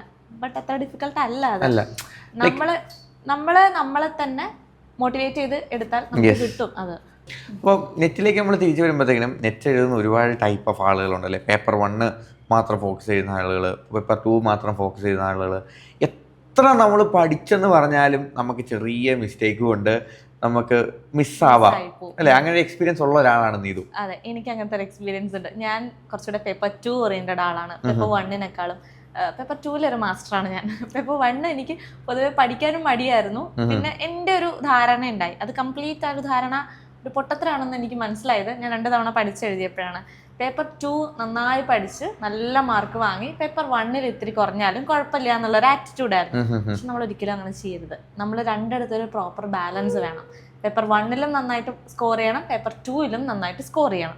എങ്കിൽ മാത്രമേ നമുക്ക് ആ നെറ്റ് എന്ന ക്രൈറ്റീരിയ, JRF എന്ന ക്രൈറ്റീരിയ ഹിറ്റ് ചെയ്യാൻ പറ്റുള്ളൂ. അല്ലെങ്കിൽ എപ്പോഴും ഇതേപോലെ 4 മാർക്കിനും 6 മാർക്കിനും നമുക്ക് മിസ്സായി. ഇപ്പം എല്ലാവർക്കും ശരിയാകുന്ന ചില ക്വസ്റ്റ്യൻസ് എനിക്ക് തെറ്റിപ്പോകാറുണ്ട്. ഞാൻ പ്രോപ്പറായിട്ട് ആൻസർ കീ ചലഞ്ച് ചെയ്യുന്നതാണ്. നെറ്റ് എഴുതുന്നവരോട് എനിക്ക് പറയാനുള്ളത് പ്രോപ്പറായിട്ട് ആൻസർ കീ ചലഞ്ച് ചെയ്യുക. എക്സാം കഴിഞ്ഞ ഒരു വിത്തിൻ 2 വീക്സിൽ എൻഡ് ചെയ്യാതെ പബ്ലിഷ് ചെയ്യും. അപ്പോൾ നമ്മളത് കറക്റ്റായിട്ട് കോഡ് എടുത്ത് നമുക്ക് എവിടേക്കാണ് തെറ്റിയത്, നമ്മൾ എവിടേക്ക് ഇമ്പ്രൂവ് ചെയ്യേണ്ടത് നമ്മൾ തന്നെ നമ്മളെ അസസ് ചെയ്യണം. അപ്പോൾ അങ്ങനെ അസസ് ചെയ്യുമ്പോഴാണ് എനിക്ക് അങ്ങനെ അസസ് ചെയ്തപ്പോഴേ എല്ലാവരും ശരിയാക്കാറുള്ള ഒരു ഏരിയയിൽ നിന്നാണ് ഞാൻ ആൻസർ തെറ്റിച്ചത്.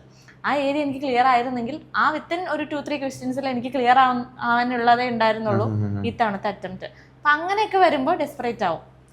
എല്ലാവർക്കും ശരിയാവുന്ന എനിക്ക് തെറ്റുന്നു, അപ്പം എനിക്ക് അതുപോലും അറിയില്ലേ, അപ്പോഴും നമ്മളോട് ചോദിക്കുകയാണ്. അപ്പോൾ അതുകൊണ്ട് ക്വസ്റ്റ്യൻ പേപ്പർ ചലഞ്ച് ചെയ്ത് നമ്മളെ അസസ് ചെയ്ത് നമുക്ക് ഫേവറേറ്റ് ആയിട്ടുള്ള നമ്മൾ മാസ്റ്റർ ആയിട്ടുള്ള സബ്ജക്റ്റിൽ വീണ്ടും ഒരുപാട് ഇൻവെസ്റ്റ് ചെയ്യരുത്. ഓൾറെഡി നമുക്കത് അറിയാം, നമുക്ക് അറിയാത്തത് പഠിക്കുക. നമുക്ക് അറിയുന്നതിനെ വീണ്ടും വീണ്ടും പഠിച്ച് അതിലെ മാർക്ക് സെക്യൂർ ചെയ്യണം എന്ന് മാത്രം വിചാരിക്കാതെ അറിയാത്തതിനെ പഠിക്കാം. അറിയാത്തതിനെ കൂടെ ഇൻക്ലൂഡ് ചെയ്ത് കഴിഞ്ഞാൽ കുറച്ചുകൂടെ നമുക്ക് സ്കോർ ചെയ്യാൻ പറ്റും. ഞാൻ എന്നെ തിരുത്തിക്കൊണ്ടിരിക്കുന്ന ഏരിയ അതാണ്.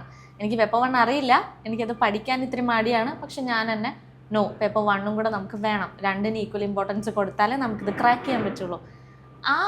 ആ ഒരു രീതിയിലേക്ക് ഇങ്ങനെ ചിന്തിക്കുന്നവരുണ്ടെങ്കിൽ അവരുടെ ഒരു ചിന്ത ഇങ്ങോട്ട് ഇത്തിരി റൂട്ട് മാറ്റി കഴിഞ്ഞാൽ കുറച്ചുകൂടെ ഗ്രാഫ് നിങ്ങൾക്ക് കേട്ടാൻ പറ്റും. ഞാൻ അതാണ് റീലേൺ ചെയ്തൊരു കാര്യം. ഇപ്പൊ ലാസ്റ്റ് സൈക്കിൾ കഴിഞ്ഞ് ഞാൻ റീലേൺ ചെയ്തൊരു കാര്യം ഇതാണ്. എന്റെ മിസ്റ്റേക്സ് ചെയ്യുന്ന നമ്മള് മിസ്റ്റേക്ക് വീണ്ടും വീണ്ടും ചെയ്യുന്നതിൽ അർത്ഥമില്ല, നമ്മൾ മാറ്റി എക്സ്ട്രാ ആഡ് ചെയ്തുകൊണ്ടേയിരിക്കണം. യെസ്, റീലേൺ എന്ന് പറയുന്ന വാക്ക് അത് അത് ഭയങ്കര ഇമ്പാക്ട്ഫുൾ ആയിട്ടുള്ള ഒരു വാക്കാണ്, especially in the aspect of NET. കാരണം നെറ്റ് ഒരിക്കലും നമ്മൾ 2018 നെറ്റ് പാസ്സായ ഒരാൾ 2023 അഡ്മിഷൻസ് ടു PhD പോലും ക്വാളിഫൈ ചെയ്യണമെന്നൊരു നിർബന്ധമില്ല. We have to stay updated, we have to learn, unlearn and relearn. കാരണം എക്സാം പാറ്റേൺ മാറിക്കൊണ്ടിരിക്കുക. നമ്മളിപ്പോൾ 2023 എക്സാം ഞാൻ ആദ്യമായിട്ട് നെറ്റ് ക്രാക്ക് ചെയ്യുമ്പോൾ ഞാൻ അന്ന് അറ്റംപ്റ്റ് ചെയ്ത ക്വസ്റ്റ്യൻസോ ഞാൻ അന്ന് ആൻസർ ചെയ്ത ക്വസ്റ്റ്യൻസോ അല്ല ഞാൻ കഴിഞ്ഞ തവണ എക്സാം എഴുതാൻ പോയപ്പോൾ വന്നത്. We have to brush up our cells, we have to relearn, we have to refurbish the system. കാരണം ഒരിക്കലും നമ്മൾ ഒരു എക്സാമിന് നമ്മൾ ഫോക്കസ് ചെയ്ത അതേ പാറ്റേൺ നമ്മൾ പഠിച്ചു പോയി കഴിഞ്ഞാൽ നമുക്ക് എന്ത് ചെയ്യാൻ പറ്റില്ല, ചെയ്യാൻ പറ്റുകയില്ല. കാരണം ലൈക്ക് ഇപ്പോൾ നമുക്കാണെങ്കിലും ഇപ്പോൾ നീതുവിനാണെങ്കിലും നീതുവിൻ്റെ മെൻറ്റർ ഉണ്ടായിരുന്ന അഖിൽ സാർ, നമ്മളെ ഇവിടെ CC ഫാക്കൽറ്റീസ് എല്ലാം തന്നെ നമ്മളെല്ലാം എല്ലാ തവണയും നെറ്റ് എഴുതുന്നവരാണ്. ലൈക്ക് നമുക്കിപ്പോൾ JRF ഉള്ളവരും നെറ്റ് ഉള്ളവരും അഡ്മിഷൻസ് ടു PhD ഓബിയസ്ലി നമ്മളുടെ മെൻറ്റേഴ്സ് എല്ലാവരും നെറ്റ് ക്വാളിഫൈഡ് ആണ്. നെറ്റ് ക്വാളിഫൈഡ് ആയിട്ടുള്ളവരും JRF ഉള്ളവരും എന്ത് ചെയ്യുന്നുണ്ട്, വീണ്ടും നെറ്റ് എക്സാം എഴുതുന്നു. എന്തിനു വേണ്ടിയിട്ടാണ്? ഒന്നാമത്തെ കാര്യം സബ്ജക്റ്റിൽ അപ്ഡേറ്റഡ് ആയിട്ടിരിക്കാൻ വേണ്ടിയിട്ട്, പ്ലസ് നമ്മളുടെ പാറ്റേൺ മനസ്സിലാക്കിയാൽ മാത്രമേ നമുക്ക് കുട്ടികൾക്ക് പറഞ്ഞു കൊടുക്കാനായിട്ട് പറ്റുള്ളൂ. ആസ് മാസ്റ്റേഴ്സ് നമ്മൾ എങ്ങനെ ഈ സാധനത്തിനെ കാണുന്നു, ലൈക്ക് ഇങ്ങനൊരു പാറ്റേൺ ഷിഫ്റ്റ് വന്നിട്ടുണ്ട്, അടുത്ത പാറ്റേൺ ഷിഫ്റ്റ് എങ്ങനെ ആയിരിക്കും പോകുന്നത്, നമ്മൾ ഏത് ലെവലിലാണ് സബ്ജക്ട്സിനെ മനസ്സിലാക്കേണ്ടത്. ലൈക്ക് അതിൽ നിന്ന് അഖിൽ സാറിന്റെ എക്സ്പീരിയൻസിൽ നിന്ന് കുറച്ചധികം കാര്യങ്ങൾ നീതുവിന് പറഞ്ഞു തരാൻ പറ്റുന്നുണ്ട് അല്ലേ? അഖിൽ സാറിന്റെ എന്ന് വെച്ചാൽ അഖിൽ സാർ എൻ്റെ അടുത്ത് ആദ്യമേ പറഞ്ഞത്, നീതു ഇത് നമുക്ക് ക്രാക്ക് ചെയ്യാൻ പറ്റുന്ന ഒരു സാധനമാണ്, ഇത് എന്തായാലും ഇത് ക്രാക്ക് ചെയ്യും. ചിലപ്പോൾ ഈ സൈക്കിൾ അല്ലെങ്കിൽ അടുത്ത സൈക്കിൾ അതിൻ്റെ അടുത്ത സൈക്കിൾ നമ്മൾ ഹാർഡ് വർക്ക് ചെയ്യുന്നുണ്ടോ നമുക്ക് അതിൻ്റെ റിസൾട്ട് 100% കിട്ടും. ഇതാണ് ഫസ്റ്റ് സാർ എനിക്ക് പറഞ്ഞു തന്നത്. നെക്സ്റ്റ് സാർ ഞാൻ അറ്റംപ്റ്റ് ചെയ്ത പാറ്റേൺ എങ്ങനെയാണെന്ന് എന്നോട് ചോദിച്ചു. ഞാൻ ആദ്യം ചെയ്യാറെന്ന് വെച്ചാൽ പേപ്പർ 2 ആദ്യം അറ്റൻഡ് ചെയ്യും. പേപ്പർ 2 100 ക്വസ്റ്റ്യൻസ് എൻ്റെ ഏരിയ അതാണ് എന്നും പറഞ്ഞ് ഞാൻ അത് അറ്റൻഡ് ചെയ്യും. അത് അറ്റൻഡ് ചെയ്യുന്ന അതിലെ ഫുൾ ക്വസ്റ്റ്യനും ആദ്യം ചിന്തിച്ചെഴുതാനുള്ളതും ചിന്തിക്കാതെ എഴുതാനുള്ളതും എല്ലാം ആദ്യം അറ്റൻഡ് ചെയ്യും. എന്നിട്ടേ പേപ്പർ 1 വരുള്ളൂ. പേപ്പർ 1 വരുമ്പോൾ തന്നെ എനിക്കൊരു ഹെസിറ്റേഷൻ ആയിരുന്നു ഉണ്ടായിരുന്നത്. ഞാൻ പേപ്പർ 2 ആളാണെന്ന് ഞാൻ എന്നോട് തന്നെ പറഞ്ഞു this is not my cup of tea, ഇതെനിക്ക് കിട്ടില്ല, ഇതിൽ എനിക്ക് മാർക്ക് കുറവായിരിക്കും, ഇതാണ് ഞാൻ എന്നോട് പറഞ്ഞുകൊണ്ടിരുന്നത്. എന്നിട്ട് പേപ്പർ 1 അറ്റൻഡ് ചെയ്യും. പേപ്പർ 1 ആണെങ്കിലും ആദ്യം ഫസ്റ്റ് ക്വസ്റ്റ്യൻ അറ്റൻഡ് ചെയ്യും. പിന്നെ അങ്ങോട്ടും ഇങ്ങോട്ടും കറക്റ്റ് ഓർഡറിൽ വരില്ല. ചിലപ്പോൾ 30 അറ്റൻഡ് ചെയ്യും, പിന്നെ 40ാമത്തേക്ക് പോകും, പിന്നെ വീണ്ടും 5ാമത്തേക്ക് വരും. അങ്ങനെ ഒരു ഓർഡറിലാണ്ടാണ് അറ്റൻഡ് ചെയ്തുകൊണ്ടിരുന്നത്. അപ്പോൾ കഴിഞ്ഞ 2 സൈക്കിളിലും ഞാൻ അങ്ങനെ ചെയ്തു. അപ്പോൾ അഖിൽ സാർ എന്നോട് പറഞ്ഞത് ഒരിക്കലും അങ്ങനെ ചെയ്യരുത്. എന്നോട് പറഞ്ഞു, നീ ഇതിന് ഇഷ്ടമില്ലാത്തത് അല്ലെങ്കിൽ അറിയാത്തത് എന്താണോ അതിനെ ആദ്യം അറ്റംപ്റ്റ് ചെയ്യുക. അങ്ങനെ ഞാൻ സാർ എൻ്റെ അടുത്ത് പറഞ്ഞു, നീ റീഡിങ് കോംപ്രഹെൻഷൻ ആദ്യം ചെയ്യുക, ദെൻ ദിസ് ചെയ്യുക. അപ്പോൾ എന്നെ കുറച്ച് നാൾ മെൻറ്റർ ചെയ്തതുകൊണ്ട് സാറിന് മനസ്സിലായി എനിക്ക് എവിടേക്കാണ് വീക്ക് ഏരിയ, എവിടേക്കാണ് എൻ്റെ സ്ട്രോങ് ഏരിയ. അതനുസരിച്ച് സാർ എനിക്ക് എക്സാം അറ്റൻഡ് ചെയ്യേണ്ട ഒരു പാറ്റേൺ പറഞ്ഞു തന്നു. ഞാൻ ആ പാറ്റേണിൽ അറ്റൻഡ് ചെയ്തപ്പോൾ എനിക്ക് ഒരുപാട് മാർക്കിന് വ്യത്യാസം വന്നു. കഴിഞ്ഞ തവണത്തേക്കാൾ ഒരുപാട് മാർക്കിന് വ്യത്യാസം വന്നു. ഞാൻ പറഞ്ഞല്ലോ, ഓഫ് കോഴ്സ് എനിക്ക് 3 ക്വസ്റ്റ്യൻസ് ഞാൻ ഇതിന് മുന്നേ കോച്ചിങ് ഞാൻ പഠിച്ച്, അതായത് നെറ്റിന് വേണ്ടി കോൺസെൻട്രേറ്റ് ചെയ്ത് ഇപ്പോൾ 2 എക്സാമാണ് എഴുതിയത്. അതിന് മുന്നേ ഞാൻ എക്സാം എഴുതിയിരുന്നെങ്കിലും സെൽഫ് സ്റ്റഡി ആയിരുന്നു, കറക്റ്റ് ഏരിയകൾ അറിയില്ലായിരുന്നു, ഒറ്റയ്ക്ക് ഡിഗ് ചെയ്തിരുന്ന് പഠിക്കുകയായിരുന്നു. അപ്പോൾ അഖിൽ സാർ എനിക്ക് ഇക്കണോമിക്സ് ഒക്കെ മെൻറ്റർ ചെയ്യുന്ന സമയത്ത് IESന്റെ ക്വസ്റ്റ്യൻ പേപ്പറിലെ ക്വസ്റ്റ്യൻസ് വരെ എടുത്തിട്ട് ഇത് സോൾവ് ചെയ്യാൻ പറ്റുമോ എന്ന് എനിക്ക് അയച്ചു തന്നിട്ടുണ്ട്. ഇത് നെറ്റിന്റെ അല്ല. അപ്പോൾ ഇത്തരം ഹയർ ഓർഡർ ക്വസ്റ്റ്യൻസ് വരെ റെഫർ ചെയ്ത് പറഞ്ഞ് എനിക്ക് തന്നിട്ടുണ്ട്. ഓർഗാനിക് ആയിട്ട് നമുക്ക് ക്വസ്റ്റ്യൻസിനെ ആൻസർ ചെയ്യാൻ പറ്റുന്ന ഒരു സ്കിൽ ഡെവലപ്പ് ചെയ്തെടുക്കുക. പെർഫെക്റ്റ് പോലെ അല്ല, നിങ്ങൾ ഇത് പഠിക്കുക, നിങ്ങൾ ഈ റൂട്ട് പോ, ഇതിങ്ങനെ തന്നെ വരും, നെറ്റിന് ഇത് മതി, ഇത് ആവശ്യമുള്ള, അങ്ങനെയല്ല. പല ഏരിയയിലെ നമുക്ക് ചിലപ്പോൾ നെറ്റിന് വരും, ചിലപ്പോൾ വരില്ല, ചിലപ്പോൾ വരാതിരിക്കാം, പക്ഷെ നമുക്ക് ആ ഏരിയ തറവാക്കി തന്നു.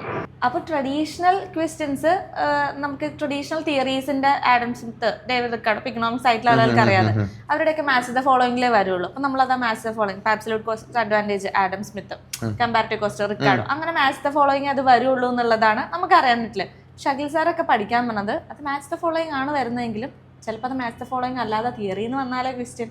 അപ്പം അതുകൂടെ നമുക്ക് അറ്റൻഡ് ചെയ്യുന്ന രീതിയിലാണ് സാറൊക്കെ പഠിപ്പിക്കുക.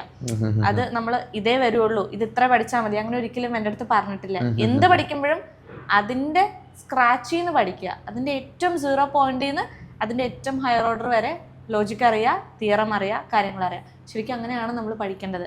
ഇതിങ്ങനെ വരുള്ളൂ എന്ന് പറഞ്ഞാൽ അത് മാത്രം പഠിക്കുമ്പോഴാണ് അതിൽ നിന്ന് പുറത്തുള്ള ഒരു ക്വസ്റ്റ്യൻ വന്നു കഴിഞ്ഞാൽ ഔട്ട് ഓഫ് ദ ബോക്സ് വന്നാൽ നമുക്ക് അറിയില്ല. സെയിം കോൺസെപ്റ്റിൽ ഔട്ട് ഓഫ് ബോക്സ് നമുക്ക് അറിയില്ലെങ്കിൽ റെഡി ആക്കിയാണ് നമ്മൾ പ്രിപ്പയർ ചെയ്യേണ്ടത്. അപ്പൊ എനിക്ക് കോമ്പറ്റേറ്റീവ് ക്രാക്കറിൽ എനിക്ക് പേഴ്സണലി എനിക്ക് എക്സ്പീരിയൻസ് ചെയ്തിട്ടുള്ളതാണ്. എപ്പോഴും ഔട്ട് ഓഫ് ദ ബോക്സ് പറഞ്ഞു തരും, നിങ്ങളിത് പഠിച്ചാൽ മതി, നിങ്ങൾക്ക് ഇത് മതി എന്നുള്ളതല്ല. ഇതൊക്കെ വായിക്കണം, വാസ്റ്റ് ആയിട്ട് വായിക്കണം. അപ്പോൾ ആ ഒരു അതില് ഏറ്റവും വലിയ കാര്യം എന്ന് പറയുന്നത് നമ്മൾ ഇൻഡെപ്ത് സ്റ്റഡി. നമ്മളിപ്പം ഇംഗ്ലീഷിൽ നമ്മൾ കഴിഞ്ഞ എക്സാമിൽ നിന്ന് നമ്മൾ മനസ്സിലാക്കി, നമ്മളാണെങ്കിൽ പോലും നമ്മളുടെ കോച്ചിങ് മെത്തേഡ്സ് നമ്മൾ ഒരിക്കലുമൊക്കെ നമ്മൾ തുടക്കത്തിൽ നമ്മളൊരു സിലബസ് സെറ്റ് ചെയ്തു, നമ്മളൊരു പാറ്റേൺ സെറ്റ് ചെയ്തു, നമ്മളത് ഫോളോ ചെയ്ത് പോകുക എന്നുള്ളതല്ല. നിങ്ങൾക്കൊരിക്കലും ഇപ്പം ജൂൺ സൈക്കിളിൽ നീതു എക്സ്പീരിയൻസ് ചെയ്ത കോച്ചിങ് ആയിരിക്കില്ല ഡിസംബർ സൈക്കിളിൽ നീതു എക്സ്പീരിയൻസ് ചെയ്യുന്നത്. കാരണം വി ആർ ഓൾസോ ഇവോൾവിങ്. കാരണം എക്സാം ഇവോൾവ് ചെയ്യുകയാണ്, നമ്മളിപ്പോൾ പഠിപ്പിക്കുന്ന രീതി നമ്മൾ ഇവോൾവ് ചെയ്തേ പറ്റുള്ളൂ. ഗോയിങ് ഫോർവേഡ് നമ്മൾ പറഞ്ഞ പോലെ കൂടുതൽ നമുക്ക് ഡീപ്പർ അണ്ടർസ്റ്റാൻഡിങ് വേണ്ടി വരുന്ന ഏരിയാസ് വരും. അതിന് നമ്മൾ സബ്ജക്റ്റ് എക്സ്പേർട്സ് ആവുക തന്നെ വേണം. PG കഴിഞ്ഞ ഒരു വ്യക്തി ഒരിക്കലും സബ്ജക്ട് എക്സ്പേർട്ട് ആണ് നമ്മൾ പറയുന്നില്ല. Even though they are award the certificate of master of this subject, they are not the masters. നമുക്ക് എല്ലാവർക്കും അറിയാവുന്ന ഒരു കാര്യമാണ്. കോളേജിലൊക്കെ പഠിക്കുന്ന സമയത്ത് കുറെയൊക്കെ ഞാൻ ചെയ്തിട്ടുള്ളതാണ്, ബൈ ഹാർട്ട് ചെയ്യും നമ്മൾ. യെസ്, നമ്മൾ ഒരിക്കലും ഇൻഡെപ്ത് അത് നോക്കില്ല. അതിന്റെ നമുക്ക് ക്രാക്ക് ചെയ്യാൻ പറ്റും എക്സാം. നമ്മൾ പറഞ്ഞിട്ടുള്ള പോലെ തന്നെ നമുക്ക് കുറെ previous year question paper check ചെയ്യാം. പിന്നെ ഒരു പശുവിനെ കുറിച്ച് ചോദിച്ചാൽ പശുവിനെ കുറിച്ച് അറിയില്ലെങ്കിൽ പശുവിനെ പിടിച്ച് തെങ്ങിൽ കെട്ടിയിട്ട് തെങ്ങിനെ കുറിച്ച് എഴുതും. ഡിസ്ക്രിപ്റ്റീവ് എക്സാം ആണല്ലോ, അങ്ങനെയൊക്കെ നമുക്ക് വേണമെങ്കിൽ എഴുതാം. അപ്പോൾ അതുകൊണ്ട് തന്നെ നമ്മൾ PGയിലാണെങ്കിലും ഭയങ്കരമായിട്ട് മാസ്റ്റർ ആയോന്ന് ചോദിച്ചാൽ മാസ്റ്റർ ആയിട്ടില്ല.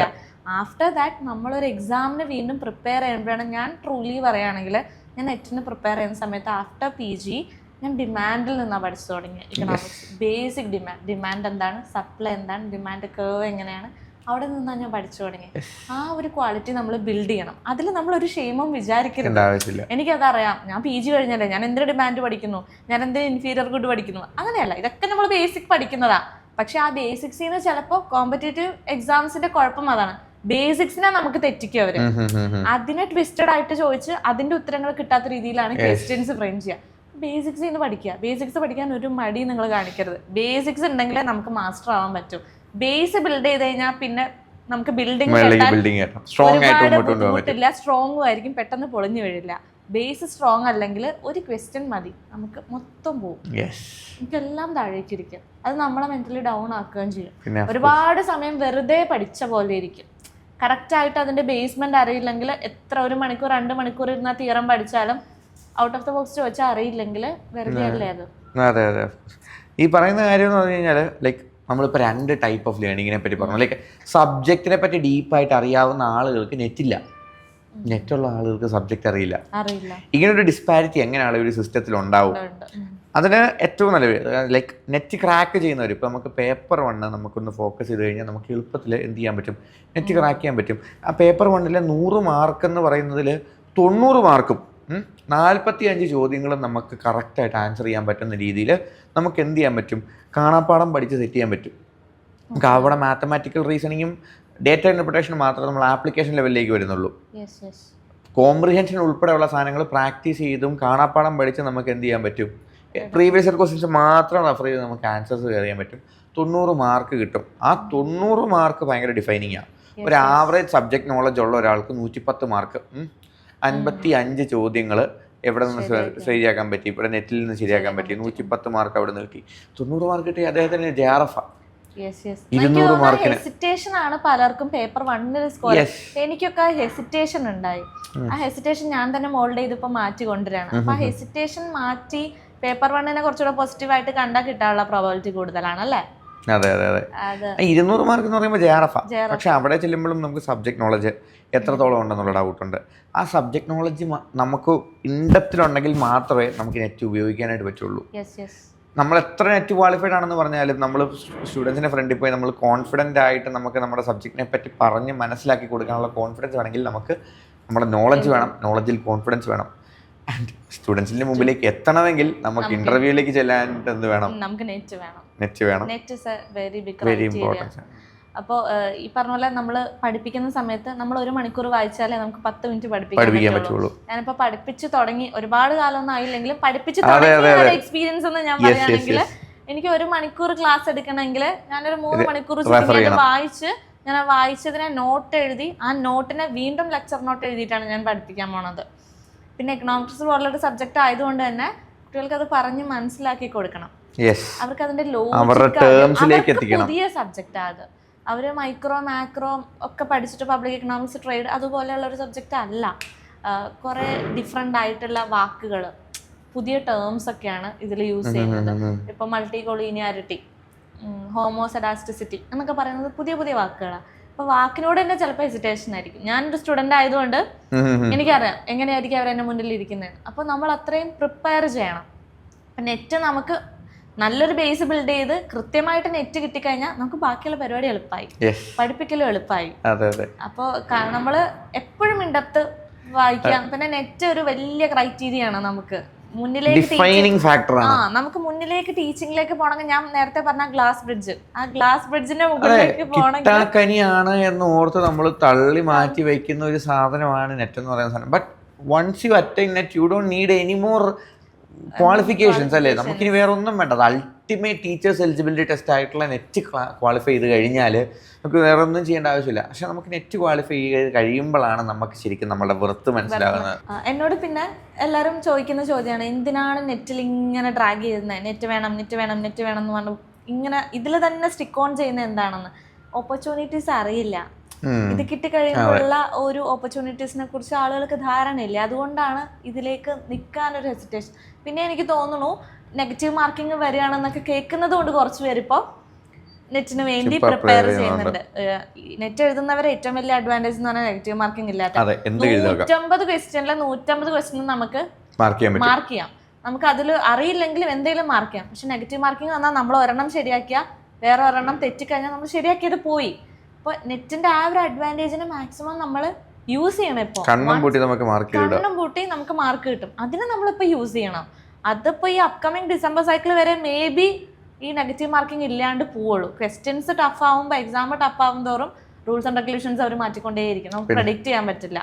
അപ്പം അതുകൊണ്ട് ഏറ്റവും ബെറ്റർ PHD നെറ്റ് JRF ഒക്കെ അപ്കമിങ് സൈക്കിൾ തന്നെ നമ്മൾ ക്ലിയർ ചെയ്യാൻ നോക്കുക എന്നുള്ളതാണ്. നമുക്ക് പറ്റും. നമുക്ക് പറ്റാത്ത കാര്യമൊന്നുമല്ല. വേണമെന്ന് വെച്ചാൽ നമുക്ക് പറ്റും. ഞാൻ എൻ്റെ ഗ്രോത്ത് ഞാൻ എക്സ്പീരിയൻസ് ചെയ്തുകൊണ്ട് ഞാൻ പറയാണ്. എൻ്റെ കഴിഞ്ഞ സൈക്കിളും ഇപ്പോഴത്തെ സൈക്കിളും തമ്മിലുള്ള വ്യത്യാസം, നെറ്റിലേക്കുള്ള എൻ്റെ ദൂരം വളരെ കുറവാണ്. ഇനി ആ ദൂരം കുറവാന്നുള്ളത് ഞാൻ എന്നോട് പറഞ്ഞ് ഞാൻ തന്നെ ഇരുന്ന് പഠിക്കുമ്പോൾ എനിക്ക് കിട്ടുന്ന റിസൾട്ട് വ്യത്യാസമുണ്ട്. അതെല്ലാവരും ഒന്ന് മനസ്സിലാക്കി കഴിഞ്ഞാൽ ക്രാക്ക് ചെയ്യാൻ പറ്റും. അത് ഓഫ്കോഴ്സ് അത് സിമ്പിളായിട്ട് ക്രാക്ക് ചെയ്യാൻ പറ്റുന്നുള്ളൂ. അതെ, നമുക്ക് നല്ല മെൻറ്റർ, നമ്മളെ അടുത്ത് മെൻറ്റർ നമ്മളെ പഠിപ്പിക്കുന്നതിനപ്പുറം നമുക്കൊരു കൈൻഡ് ഓഫ് കോൺഫിഡൻസ് തന്നാൽ കുറച്ചും കൂടെ. ഞാൻ അഖിൽ സാറിനെ അതാണ് എസ്പെഷ്യലി അഖിൽ സാറിന്റെ പേരെടുത്ത് പറഞ്ഞത്. അഖിൽ സാർ എനിക്ക് നല്ല ഹെൽപ്ഫുൾ ആയിരുന്നു. ഇതിന്റെ കേർവ് എന്ന് പറയുന്നത് എല്ലാവരും മനസ്സിലാക്കിയിരിക്കേണ്ട ഒരു കാര്യമാണ്. കാരണം like from self study, from unprepared NET to self study NET to coaching to competitive cracker, ആ ഒരു ഗ്രാഫ് ഉണ്ടല്ലോ. And that graph is going up. ആ ഒരു എക്സ്പീരിയൻസിൽ നിന്ന് നമുക്ക് മനസ്സിലാക്കാൻ സാധിക്കുന്നത് ലൈക്ക് നമുക്കൊരു സെൽഫ് സ്റ്റഡിയിൽ നിന്ന് വന്ന് കോച്ചിങ്ങിലേക്ക്, ഒരു പ്രോപ്പർ കോച്ചിങ്ങിലേക്ക് എത്തിയപ്പോഴത്തേക്കിനും എന്താണ് നീതുവിന് എക്സ്പീരിയൻസ് ചെയ്യാൻ പറ്റിയ ഒരു ഡ്രാസ്റ്റിക് ഡിഫറൻസ്? സിലബസിൽ ഞാൻ UGCയുടെ സിലബസ് ഗൂഗിളിൽ നിന്ന് എടുത്തിട്ടാണ് സെൽഫ് സ്റ്റഡി പഠിച്ചുകൊണ്ടിരുന്നത്. പക്ഷേ ആ സിലബസിലെ ഇപ്പോൾ ഡിമാൻഡിൽ അല്ലെങ്കിൽ സപ്ലൈ തന്നെ അതിൻ്റെ ഉള്ളിലുള്ള കോൺസെപ്റ്റുകൾ അതറിയില്ലായിരുന്നു. സപ്ലൈ എന്ന് പറയുമ്പോൾ സപ്ലൈ വേഗമായിട്ടേ പഠിക്കുന്നുണ്ടായിരുന്നുള്ളൂ. പക്ഷേ അതിൻ്റെ ഇൻഡെപ്തിൽ ഇപ്പോൾ ബാക്ക്വേർഡ് ബെൻഡിങ് സപ്ലൈക്കാർ അതും കൂടെ പഠിക്കണം എന്നുള്ളത് എനിക്കറിയില്ലായിരുന്നു. നമ്മളൊരു പ്രോപ്പർ കോച്ചിങ്ങിന് പോകുമ്പോൾ നമുക്ക് ഇൻഡെപ്ത് ആയിട്ടുള്ള ഹിഡൻ ആയിട്ടുള്ള ടോപ്പിക്സ് അല്ലേ, അത് കുറച്ചുകൂടെ എനിക്ക് മനസ്സിലായത് കോച്ചിങ് എടുത്തപ്പോഴാണ്. സെൽഫ് സ്റ്റഡി കുറച്ചുകൂടെ നമ്മുടെ കൺവീനിയൻസിനനുസരിച്ച് നമ്മുടെ ടൈം ടേബിൾ മാറ്റും. നമ്മൾ സ്വന്തമായിട്ട് ടൈം ടേബിൾ ഇട്ടാലും എനിക്ക് നാളെ ഒരു പരിപാടി ഉണ്ടെങ്കിൽ ഓക്കെ, നാളെ എനിക്ക് പരിപാടി ഉണ്ട്, അതുകൊണ്ട് മറ്റന്നാൾ ഞാൻ പഠിക്കാം എന്ന് പറഞ്ഞ് ഞാനത് മാറ്റും. പകരം ഞാനൊരു കോച്ചിങ് സെൻറ്ററിൽ എടുക്കുകയാണെങ്കിൽ എനിക്ക് അവിടെ ഒരു മെൻറ്റർ ഉണ്ട്. ഞാൻ മെൻറ്റർ അടുത്ത് ലൈബിളാണ്. അപ്പോൾ മെൻറ്റർ ചോദിക്കുന്ന ചോദ്യങ്ങൾക്ക് ആൻസർ ചെയ്യണം. കറക്റ്റായിട്ട് വീഡിയോസ് കാണണം. കോമ്പറ്റീറ്റീവ് ക്രാക്കറിൻ്റെ കാര്യം എടുത്തു കഴിഞ്ഞാൽ വീഡിയോസ് ഒരു വീഡിയോ ഫുള്ള് കണ്ടു കഴിഞ്ഞാൽ 2 ബ്ലൂ ടിക്ക് വരും. കണ്ടില്ലെങ്കിൽ ബ്ലൂ ഇല്ലാണ്ട് ടിക്ക് വരും. ഇല്ലെങ്കിൽ ഓടിച്ചിട്ടതാണെങ്കിൽ ഒരു ടിക്കേ വരൂ. ഒന്നും കണ്ടില്ലെങ്കിൽ ടിക്കേ ഇല്ല. അപ്പോൾ കുറച്ചും കൂടെ എനിക്ക് അനലൈസ് ചെയ്യാം ഞാൻ ഏതൊക്കെ വീഡിയോ കണ്ടു. ഇപ്പോൾ മൈക്രോ എക്കണോമിക്സ് എടുത്തു കഴിഞ്ഞാൽ അതിലെത്ര 42 വീഡിയോ എന്തോ ഉണ്ടായി. പേപ്പർ 1 ടീച്ചിങ് എടുത്തു കഴിഞ്ഞാൽ 50 വീഡിയോളം പേപ്പർ ടീച്ചിങ്ങിൻ്റെ ഉണ്ടായി. അപ്പോൾ എനിക്കതിങ്ങനെ ട്രാക്ക് ചെയ്യും, എന്നെ ആപ്പ് ട്രാക്ക് ചെയ്യും. എനിക്ക് ക്വറീസ് ഉണ്ടെങ്കിൽ ആപ്പിൽ തന്നെ ക്വസ്റ്റ്യൻസ് ചോദിക്കാം. പിന്നെ ഓരോ സെഷനിലെയും മോക്ക് ടെസ്റ്റുകൾ ഉണ്ടായി. ഇപ്പോൾ 10 ക്വസ്റ്റ്യൻ വീതം, 50 ക്വസ്റ്റ്യൻ വീതം, അങ്ങനെ പേപ്പർ 1-ൻ്റെ ഉണ്ട്, പേപ്പർ 2-ൻ്റെ ഉണ്ട്. അങ്ങനെ ഡിഫറൻഷ്യേറ്റ് ചെയ്തിട്ടുള്ള ക്വസ്റ്റ്യൻസ്, പ്രീവിയസ് ഇയർ ക്വസ്റ്റ്യൻസ്. ഇനി ക്വസ്റ്റ്യൻസ് അറ്റൻഡ് ചെയ്യുമ്പോൾ എന്തെങ്കിലും ഒരു ഡൗട്ട് ഉണ്ട്, അല്ലെങ്കിൽ ചില ക്വസ്റ്റ്യൻ്റെ ആൻസർ ഇപ്പോൾ കറക്റ്റ് ആണല്ലോ, ഇത് തെറ്റാണ്, അങ്ങനെ ഉണ്ടെങ്കിൽ നമുക്ക് ഡയറക്റ്റ് സ്ക്രീൻഷോട്ട് എടുത്തിട്ട് വാട്സാപ്പിൽ മെൻറ്ററെ കോൺടാക്ട് ചെയ്യാം. മെൻറ്റർ അത് കണ്ടു കഴിയുമ്പോൾ നമ്മൾ വിളിക്കും. നമുക്ക് വിളിക്കണം എന്നാണെങ്കിൽ നമുക്ക് അവരെ വിളിക്കാം. അപ്പോൾ കുറേയും കൂടെ ഒരു ട്രാൻസ്പെറൻ്റ് ആയിരുന്നു. അതുകൊണ്ട് തന്നെ ആണ് എനിക്ക് കുറച്ചും കൂടെ ഒരു, ഞാൻ പറഞ്ഞല്ലോ എൻ്റെ ഗ്രാഫ് കയറാൻ കാരണം കംഫർട്ടബിൾ ആയിരുന്നു. ഞാൻ കോമ്പറ്റീറ്റീവ് ക്രാക്കറിൽ പഠിക്കുമ്പോൾ ഞാൻ കംഫർട്ടബിൾ ആയിരുന്നു. അപ്പോൾ ആ ടൈം ടേബിൾ സെറ്റ് ചെയ്യലും പിന്നെ കുറേ പ്രീവിയസ് ഇയർ ക്വസ്റ്റ്യൻ പേപ്പേഴ്സ് ചെയ്യുമ്പോഴും ഒക്കെ നമുക്ക് ടൈം മാനേജ്മെന്റ് ചെയ്യാൻ പറ്റും. പിന്നെ നമ്മൾ കമ്പ്യൂട്ടർ ബേസ്ഡ് എക്സാമാണ്. അപ്പോൾ നമ്മൾ ലാപ്ടോപ്പിലാണ് അല്ലെങ്കിൽ ഫോണിലാണ് ചെയ്യുന്നതെങ്കിൽ ആ സ്ക്രീൻ ടൈമിങ് നമുക്ക് അഡ്ജസ്റ്റ് ചെയ്യാൻ പറ്റും. 3 മണിക്കൂർ പരീക്ഷ എഴുതുമ്പോൾ നമുക്ക് തലവേദന ഉണ്ടോ, എന്തെങ്കിലും ഇറിറ്റേഷൻ ഉണ്ടോ, അങ്ങനെയുള്ള കാര്യങ്ങളൊക്കെ നമുക്ക് അനലൈസ് ചെയ്യാൻ കുറച്ചുകൂടെ കോച്ചിങ് എടുത്ത് പഠിക്കുമ്പോഴാണ് മനസ്സിലാവുക. എനിക്ക് അതിന് മുന്നേ ഒരു അറ്റംപ്റ്റ് എഴുതിയപ്പോൾ ഒരു 1.5 മണിക്കൂർ കഴിഞ്ഞപ്പോൾ ഭയങ്കര തലവേദനയായിരുന്നു. അന്നാണ് എനിക്ക് മനസ്സിലായത്, ഓക്കെ എനിക്ക് ഇത്ര സ്ക്രീൻ ടൈം പറ്റില്ല. അങ്ങനെ കോച്ചിങ് എടുത്തു കഴിഞ്ഞാൽ ഞാൻ പതുക്കെ അതിനെ ബിൽഡ് ചെയ്തു. ഞാൻ സ്പെക്ക് വെക്കണോ, എങ്ങനെ ഞാൻ ടൈം മാനേജ് ചെയ്യണം, ഇപ്പോൾ 1.5 മണിക്കൂർ കഴിഞ്ഞ് 5 മിനിറ്റ്സ് ഞാൻ ബ്രേക്ക് എടുക്കണോ എന്നുള്ളതൊക്കെ എനിക്ക് മനസ്സിലായത് കോച്ചിങ് എടുത്തപ്പോഴാണ്. ഒരുപാട് ആസ്പെക്ട്സ് അല്ലേ, ലൈക്ക് പേപ്പർ 1, പേപ്പർ 2, സൈക്കോളജി, നമ്മുടെ ചുറ്റുപാടുകൾ, ഒരുപാട് ഫാക്ടേഴ്സ് ഉണ്ട് നമ്മൾ എക്സാമിനെ ബാധിക്കുന്ന കാര്യങ്ങൾ. അത് പഠനമായിക്കോട്ടെ, നമ്മുടെ പഠനത്തിൻ്റെ ട്രെൻഡ് ആയിക്കോട്ടെ. നമ്മൾ ടൈം ടേബിളിൻ്റെ കാര്യം പറഞ്ഞു, നമ്മൾ വളരെ സിമ്പിളായിട്ട് സില്ലി ആയിട്ട് കാണിക്കുന്ന ഒരു കാര്യമാണ്. അതായത് നാളത്തേക്ക് മാറ്റിക്കുക, പ്രൊക്രാസ്റ്റിനേഷൻ എന്ന് പറയുന്ന സാധനം. പ്രൊക്രാസ്റ്റിനേഷൻ ചെയ്യുന്ന ഒരാളും ചെയ്യാത്ത ഒരാളും തമ്മിലുള്ള വ്യത്യാസം ഭയങ്കര വലുതാണ് ആ സാധനം. പിന്നെ ഈ പറഞ്ഞ കാര്യങ്ങൾ വളരെ മൈന്യൂട്ടായിട്ടുള്ള കാര്യങ്ങൾ. ഇപ്പോൾ ഒരു എക്സാം എഴുതാൻ പോകുമ്പോഴത്തേനും എല്ലാവരും മറ്റേ കമ്പ്യൂട്ടർ ബേസ്ഡ് എക്സാം ഇഗ്നോർ ചെയ്ത് കളയുന്നു. പക്ഷേ അത്രത്തോളം നമ്മൾ സ്ക്രീനിലേക്ക് ബ്ലൂ ലൈറ്റ് നമ്മുടെ കണ്ണിലേക്ക് കിട്ടുമ്പോൾ നമ്മുടെ ബ്രെയിൻ ആക്ടിവിറ്റി എത്രത്തോളം വ്യത്യാസം വരുന്നു, ഇറിറ്റേഷൻ വ്യത്യാസം വരുന്നുണ്ടോ, നമുക്ക് സ്ലീപ്പി ആയിട്ട് നമുക്ക് തോന്നുന്നുണ്ടോ, നമ്മൾ എക്സോസ്റ്റഡ് ആകുന്നുണ്ടോ, നമ്മൾ എത്രത്തോളം വെള്ളം കുടിക്കാൻ വരുന്നു, നമ്മൾ വെള്ളം കൊണ്ടുപോകണം. അഖിൽ സാറേ പറഞ്ഞു, എനിക്ക് ഇപ്പോഴും ഓർമ്മയുണ്ട്, ഇത് 3 hours ആണ് എക്സാം. അപ്പോൾ എക്സാമിന് കയറുന്നതിന് മുന്നേ ചോക്ലേറ്റ് എന്തെങ്കിലും കഴിക്കുന്നത് നല്ലതായിരിക്കും. ചോക്ലേറ്റ് കഴിച്ചാൽ നമ്മളെ കുറച്ച് മൂഡ് ഒരു അപ്ലിഫ്റ്റ് ചെയ്യുന്നത്. അപ്പോൾ അത്രത്തോളം ഒക്കെ നമ്മളെ നോട്ട് ചെയ്യുന്ന മെന്റേഴ്സ് നമുക്ക് കോമ്പറ്റീറ്റീവ് ക്രാക്കറിലുണ്ട്.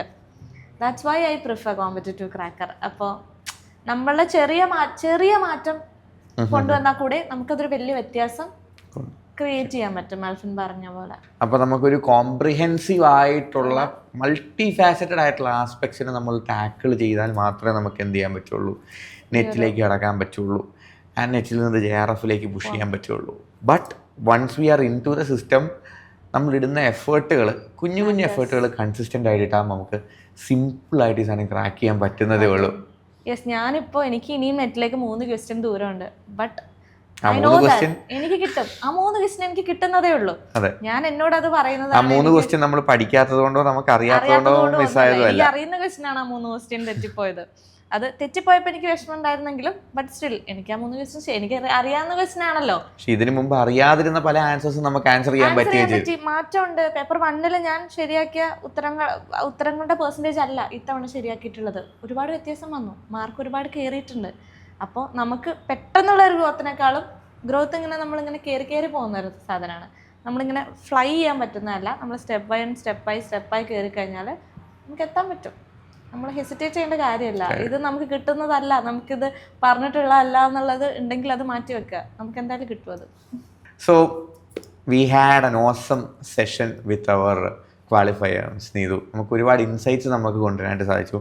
ഫ്രം എക്സ്പീരിയൻസിൽ നിന്ന്, പലതരം എക്സ്പീരിയൻസിൽ നിന്ന്, as a guest lecturer, as a research aspirant, as a NET aspirant, as a NET attempting aspirant, continuously attempting aspirant, നമുക്ക് ഒരുപാടധികം ഇൻസൈറ്റ്സ് നമുക്ക് ലഭിക്കാനായിട്ട് സാധിച്ചു.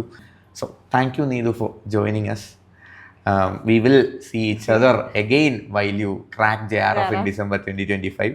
അപ്പോൾ നീതു ഒറ്റയ്ക്കല്ല ഇത്തവണ December 2025 JRF ക്രാക്ക് ചെയ്യാൻ പോകുന്നത്. ഈ ഡിസംബറിലെ JRFൻ്റെ ലിസ്റ്റിൽ നിങ്ങൾക്ക് ഇടം നേടാനായിട്ട് സാധിക്കും. Just start preparing at the earliest, അല്ലേ?